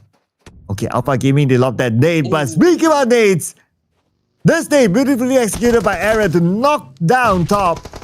And now it's only Doc left to fight a player of Alpha Gaming, and then another nade. It's all it takes to take him out. That is Alpha Gaming out at number 11. Yeah, they just wish them a little nighty night. 6 points so far for the side of GS as they now have to take on the rest of BOARS. APG, I thought that position was quite solid. It's just that they were just going one after another. So I would say it's probably a pretty late night for the boys of APG as well. Whereas the zone now still closes around St. Martin as well as the majority of the outskirts of PowerGrid. From where ULF is holding out, this seems like the perfect angle for them to really take control. And BOARS Gaming still playing around the area of the high ground. They're quite spread out though. I wonder if GS is gonna push them. They're going to be quite a hard call for GS since they don't have a full team. They don't have as many eyes as BOAR. And they do have the option of rotating using the lower ground, which is okay as well. But might be a bit of a risk if they do that because BOAR might shoot them down. But let's see. It might be dictated by how the circle will shift later on as well. So we can still wait for that one. But the GEEKAY is definitely not waiting. They are starting a fight elsewhere, and I believe that fight is inside of St. Martin. Yeah, seemingly so. ARCred now goes in for that rotation while Hardboy goes toe-to-toe up against those members of R8. Speaking of which, Ramses now gets the pinch done. Well, member down, more to go. Prestige getting tagged by Hardboy's massive throw. Now back towards the side of Bat Boy. He might be able to get a glimpse of Amuri, but he's just fixated onto who's inside of Bond for the moment. 6 points so far. Nap or backed by the members of ARCred. Seems like this is a tough case to crack, but they do spot Amuri on the move, who's hoping to look for a flank. It doesn't seem like there's any form of avenue. There is shots being fired from another direction, though. Not entirely for the side of from R8. And that's all the way up above the hill as ULF is the one that comes in with the Mini 14 8X Go. And ARCred, they are also really taking their time here. They're playing this rather safely. Okay, Ali takes a bit of damage, so that's a signal to him that somebody is in front of him. And Prestige, he basically gave away his position. On the elimination feed, Scarface got knocked down somewhere else. Play off, oof. Now we have him on screen. Okay, so it's ETSH that got involved. And this is the opportunity for ETSH to secure a couple of points. Indeed, it could just be the case, but they gotta do it quickly, though, before there's some third party arrives to the scene. It's gonna be lucky to lob those grenades. I mean, ETSH has got to show us a little bit more of the confidence. Meanwhile, going back and forth, ARCred eventually closes up the distance and will send out R8 with only 1 point game. Speaking of which, ULF still having Scarface limping. GEEKAY's the only team that's currently holding 2 sides of St. Martin. Virtus Pro goes in for a dive bump into the city. This is going to be a very risky pay, and just like that, GEEKAY has Kevin to take down one member from the side of Virtus Pro. And now Virtus Pro. We still have Malloy here. Mr. Survivor for Virtus Pro still in the game. Let's see if we can actually repeat that again, but it's going to be a very different scenario for him, especially with GEEKAY onto him, and that's going to be Virtus Pro eliminated number 8 with 5 elimination points. Still not enough points to overtake GOAT team. But then again, remember when we started off the day with that big round in Rondo, we thought the gap was huge enough, but apparently not. Virtus Pro will settle for second here in phase 2. And now we'll have to see. MADBULLS, they're still up and running. And Ova is the one that is just charting big numbers round after round. And now here's another 7-pointer. I believe there's some even more to go as they face off against ETSH. And oof, now quite spread out. We kind of think about it. Like they're playing a somewhat of a 2-2 formation. They're trying to stop ETSH from coming in. But on screen, we have BOARS Gaming. Okay, now we have Wolf again. Right, they want to finish up the job right now. Nasir will be eliminated by Aaron with a minute 14. And that leaves ETSH with 2 players left. And they are struggling to get into the circle thanks to Wolf. Yeah, take a look at this. 6 teams remain and it's only Sage 5. Oh, Big Nate's now connecting BOARS. Looking absolutely massive with those detonation, and they're going to be able to eventually spot out Spider-Man as well. Looking the other sector, the rest of BOARS also chime in. So far, EXO's just doing such a magnificent work. Meanwhile, Dance inside of the smoke. Reaper tries to spray and pray, not really finding the mark. He's bringing them to move right into the smoke, but the smoke is slowly subsiding, so ULF, Wolf Esports, still looking to turn him down. Reaver gets the knock. Oh, can Reaver be the one, be the hero? But a little bit of a short-lived heroics there. Nailed down immediately after he got that knock against Solus. Now it's only Baby left for ETSH. On the other side, BOARS Gaming will come in. And they will get knock after knock after knock. But the counter came in as well. And here is BOARS Gaming with the higher advantage, taking out the player of Wolf. Catch is eliminated. Looks like more fights will happen here at the south. And now another team just got eliminated. That's UTHF. Unfortunately, not able to last long enough to collect more points. But still, they're able to bring in a couple of points. So that's still all right. And we carry on with the fight though. 5 teams remain, but the bombardment seems like it's never ending. Any shorter of the range, he will be able to land the perfect one up against Scarface. But speaking of trollables, our new smokes have been deployed for the moment to hold out. Rectum Car Esports, I mean, they've been silent for a while. It's only going to be Loxy, but so far, he's still bringing those big placement points. MADBULLS now having Tulika, now charging one big one. Thankfully, he managed to get over on the corner wall. Oh, the stayed across, and Tulika takes a lot of damage at the same time. Now down to 10% of health. Loxy is rushing in. He knows that his opponent is critical right now. And that is it. MADBULLS eliminated at number 5 with 3 elimination points. 4 more teams left. GEEKAY is now the only one with a full squad. Oh, but hang on a second. BOARS, they managed to reset one of their players. And now they join onto the fray. 2 teams with a full squad versus the other 2 with only 1 player. Yeah, and take a look at the sidebar as well. Airdrop looted by Scarface as well as Havlika. So all of these players are absolutely stacked up in the form of firepower. Love to see the battle between Geek versus BOARS. Meanwhile, solo stragglers coming in from REG as well as ULF. Guess we will have to wait for that massive fight to break loose.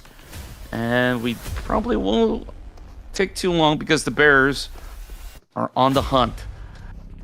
Well, I say bear, it's actually boar. My eyes are getting a little cloudy, Cloud.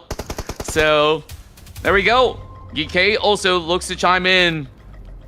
Oof Esports only good for top 4, but they've walked away with 9 elimination points. It's okay. I get it. It's getting really late right now where we are at.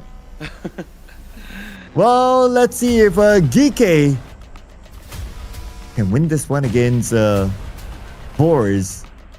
This is a 4v4 fight with the final player of Regnum Karya Esports somewhere. I wonder where he is. I don't see him on the minimap. Oh, he's way on the other side. So he won't have any part of this fight for now, but he could be the kingmaker. Especially with the fact that he is behind BOARS. Yeah, and they haven't really taken notice just yet. This is going to be a rude awakening. Well, I mean, as much as I talk about awakening, I guess some of these guys, they're utilizing all their energy to close off the night so they can at least get some good night's sleep. Big Nate now does connect over onto the member of 4. And now it's GEEKAY that's going to be up ahead in the form of numbers to really go in for that full challenge. We've seen APG being flushed in this similar situation. And now those nades are pixel perfect. SnowX tries to dodge, but he runs into another trap being set by Kevin. Oh, and here comes the rest of GEEKAY. Can SnowX survive this one? EXO is on his way though. And EXO taking the risk as well. Oh, but Havlik. Off angle. But the smoke is blinding him though. Oh man, if only the smoke's not there, then he would be able to shoot GEEKAY. Yeah, Bear now goes for the reset. I want to see Havlika do a little bit more. I mean, he picked up something through the loot crate, but now 1 versus 1, and it's going to be Nurzat that eventually crumbles as he managed to find it from the lower ground. The Bears also having one member shred apart, and now GEEKAY, this is the best time to really close out this battle. GEEKAY should be able to do it unless another surprise happens. Loxy is making a showing as well now. Okay, Loxy fires, and Loxy able to get one. Oh, okay, this is going to be really interesting if Loxy can actually pull off a big surprise. I'll wait to see what happens in this very final moment. GEEKAY, they gotta go in for the pickup. One member bleeding out. I believe Loxy knows that there is a lurker on the far stretch. And this is going to be a 1v1 fair duel, so they definitely want to eye on the prize. And right now, Regnum Karya makes it into the top 2, and they still find the pin out. At least now that you do receive a little bit more of that intel. The question remains, can Loxy hold up against 3 members of GEEKAY? Okay, he's definitely not giving up. Starting off with a nade, a bit of an overshot onto Nurzat. But that would expose his position as well. So now GEEKAY, they're surrounding him. Where is he going to go right now? He has no choice but to take this fight. Okay, can Loxy find an angle? Not that easy. Now that we have his POV. Okay, PBS in hand, and there you go. He starts off with 1, 2 more to go for Loxy. Oh, this is absolutely doable right now. Molotov's now being expended, but Loxy still has the grenade. If he does hit over on Nurzat, this will be trouble up ahead. But then again, he has no clue where Kevin is currently at. He's just waiting for his body to appear. Nurzat is trying to bait him out, but Loxy is not falling for it. But now he does! And Kevin settles the score, landing GEEKAY a chicken dinner in the bag. Oh well, but the fact that he was still able to score that 1 elimination point towards the end, I will still give it to Loxy. I mean, it's definitely not easy to pull that one off, especially with the kind of terrain. But we're not going to take away the spotlight from GEEKAY Esports with this chicken dinner, the last chicken dinner of phase number 1 in the Ruthless Regional Showdown. And it was just a beautiful execution. You saw how many teams were battling to be the kings of the hill. And lo and behold, we finally have got GEEKAY sitting at the throne of chicken dinner. So, speaking of which, I think the leaderboard is still going to be uncontested since we had that conversation about the current top team who has been unshaken go to be able to hold firm. But my Kevin Nurzet as well as Ragnarok were really trying their hardest in order to really close up this battle, and it came down to that nail-biting finish to the point that Loxy, he just did whatever best he could. But could you just imagine if he clutched that? Yeah, if he clutched that, that would definitely be the highlight of not only today, but I believe it will be the highlight of the entire tournament. So yeah, but if that happened, but yeah, it didn't. So I guess we need to wait for maybe something like that to happen next week on the 10th of November when we come back for phase number 2. Now, before we talk more about what's going to happen next week, well, GEEKAY Esports, of course, the team, part of the team to watch because of obviously the chicken dinner. And we have BOARS here, Wolf here is here as well, and Rectum Karya. And thanks to only one player, they are able to survive to a second place finish when they only had a full squad time of 7 minutes and 13 seconds. I really gotta say that I love the playstyle of both of these Turkish teams who's been really putting their hearts out at every single point of time. But GEEKAY, they were the ones to really steal the show. Take a look at the damage output. I mean, this team with Nurzet at the helm have really got great wealth of experience as well as surefire power to cook out. So damage numbers wise, of course, it was GEEKAY that led the pack. But other than that, there was also a lot of healing being done because GEEKAY was a lot more involved in the scuffle. I won't dare say that Rectum Karya didn't have scuffles of their own, but overall, I think maybe it's a little bit more of that cleaner execution, but does not really revolve too much of them really putting themselves all too much at risk. Well, this guy put himself at risk to be the MVP of this match. Kevin from GEEKAY Esports, 6 eliminations at 834 damage. And 7 utilities used at the same time. Interestingly, we have seen a bigger number 20, but that was like by IQ when he was like raining down nades. This is, I would say, more of a regular amount of utilities used by Kevin. So big up for Kevin. Besides Kevin, Aaron from OVE, Loxy has to be here as well from Rectum Karya Esports, and we have Scarface from OVE as well. Different amount of eliminations, starting off with 6, 5, 4, 3. And these are our top Miramar performance for the last game in phase 1. Yeah, take a look at Loxy's contribution. That's 80%. And majority of the haul of points that he did manage to acquire was throughout the late game where he was actually challenging the rest of GEEKAY. So, with that being said, we conclude our final round of phase 1. GEEKAY is the one that secures themselves a chicken dinner, and we do see a tie between BOARS as well as ULF Esports, and we see the rest of the field having some really healthy margins.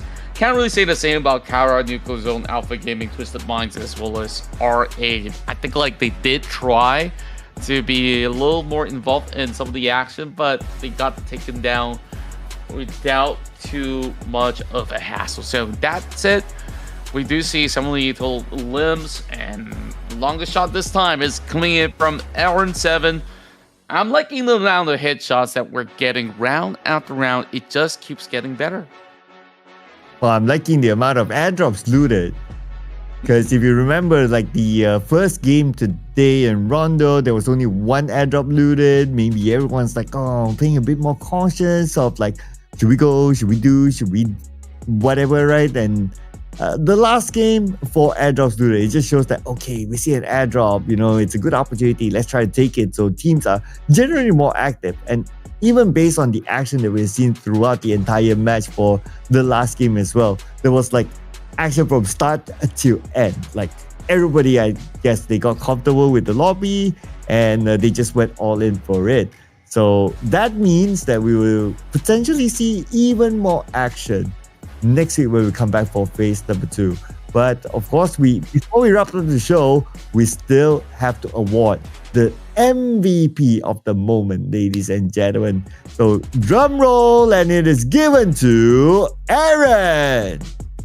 Aaron's been so far one of the stellar players coming in from the side of ULF. We saw hefty numbers churning out, and take a look at just the damage department alone. That's 6,031 damage, and I believe that he's definitely chasing up the rest of the pack in the form of eliminations as well. A staggering 28-pointer run so far in the span of all 3 days, and right now Aaron is gonna be out there with some of the crazy stats. 400 over average damage, great survival time. Well, I would still say that Twigs definitely have a high average when it comes down to survival, but he is absolutely lethal, and those numbers don't lie. Yep, definitely, right? It's great to see as well his other teammate Scarface up here at number 2. So that's one indicator of how Wolf has been performing today.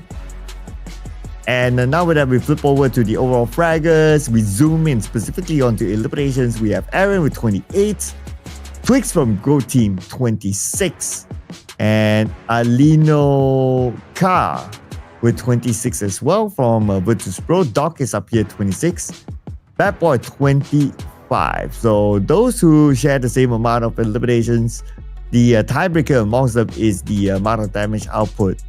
And overall here, it's still different players from different teams. Again, it just shows how tight this lobby is, that anybody can come up here. Yeah, and I really do enjoy the diverse play styles that we are witnessing.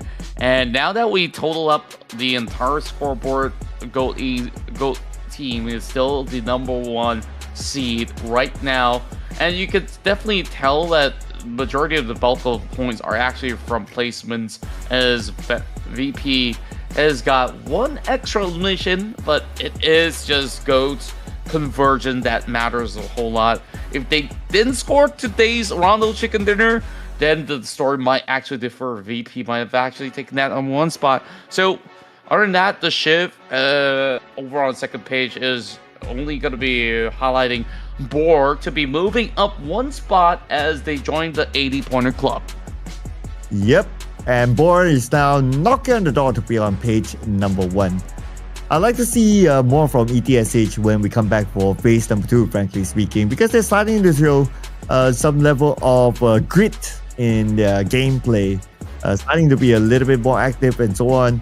But there's still, of course, at least as of now, a 6-point gap between them and also the number 17 team, Nuclear Zone. But of course, the fight will continue on in phase number 2 on the 10th of November. No games tomorrow, ladies and gentlemen. So make sure you mark your calendar for 10th of November onwards for phase number 2. Same time, same channel. For now, we'll be closing off phase number 1. Thank you so much for watching, ladies and gentlemen. That will be all for us at the Caster's Desk. My name is Sir Cloud together with Contra. We'll be seeing you again in the future for phase 2. Good night.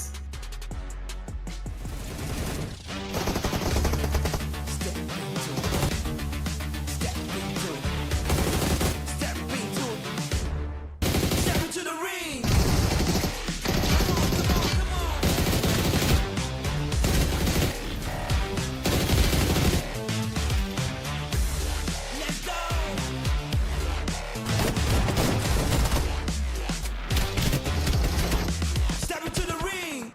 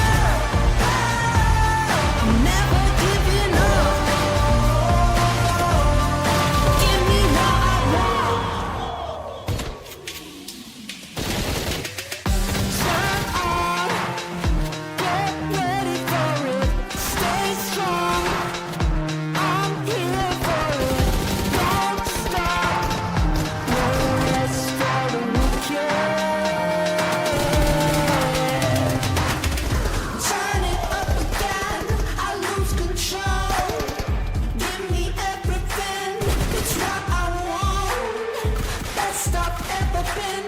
I see the glow, feel it deep within my soul.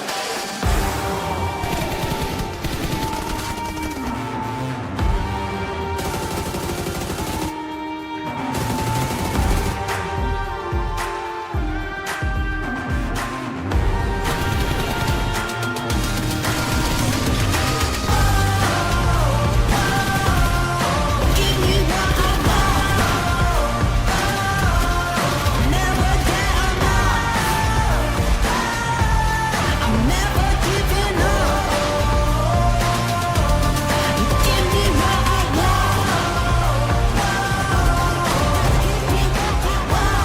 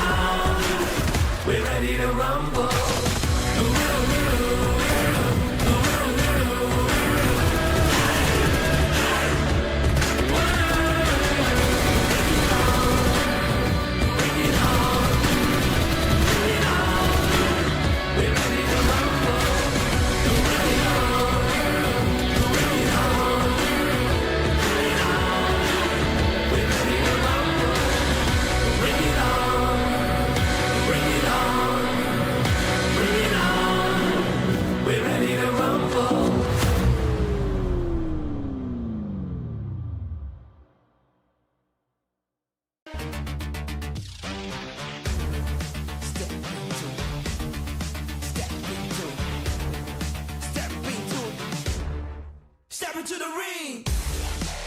Come on, come on, come on.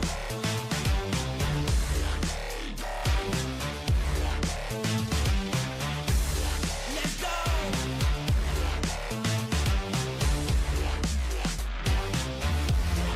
Step into the ring.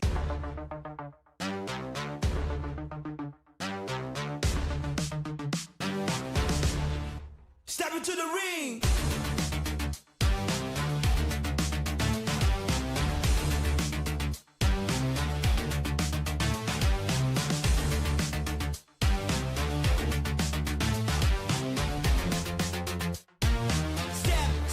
Step into the ring.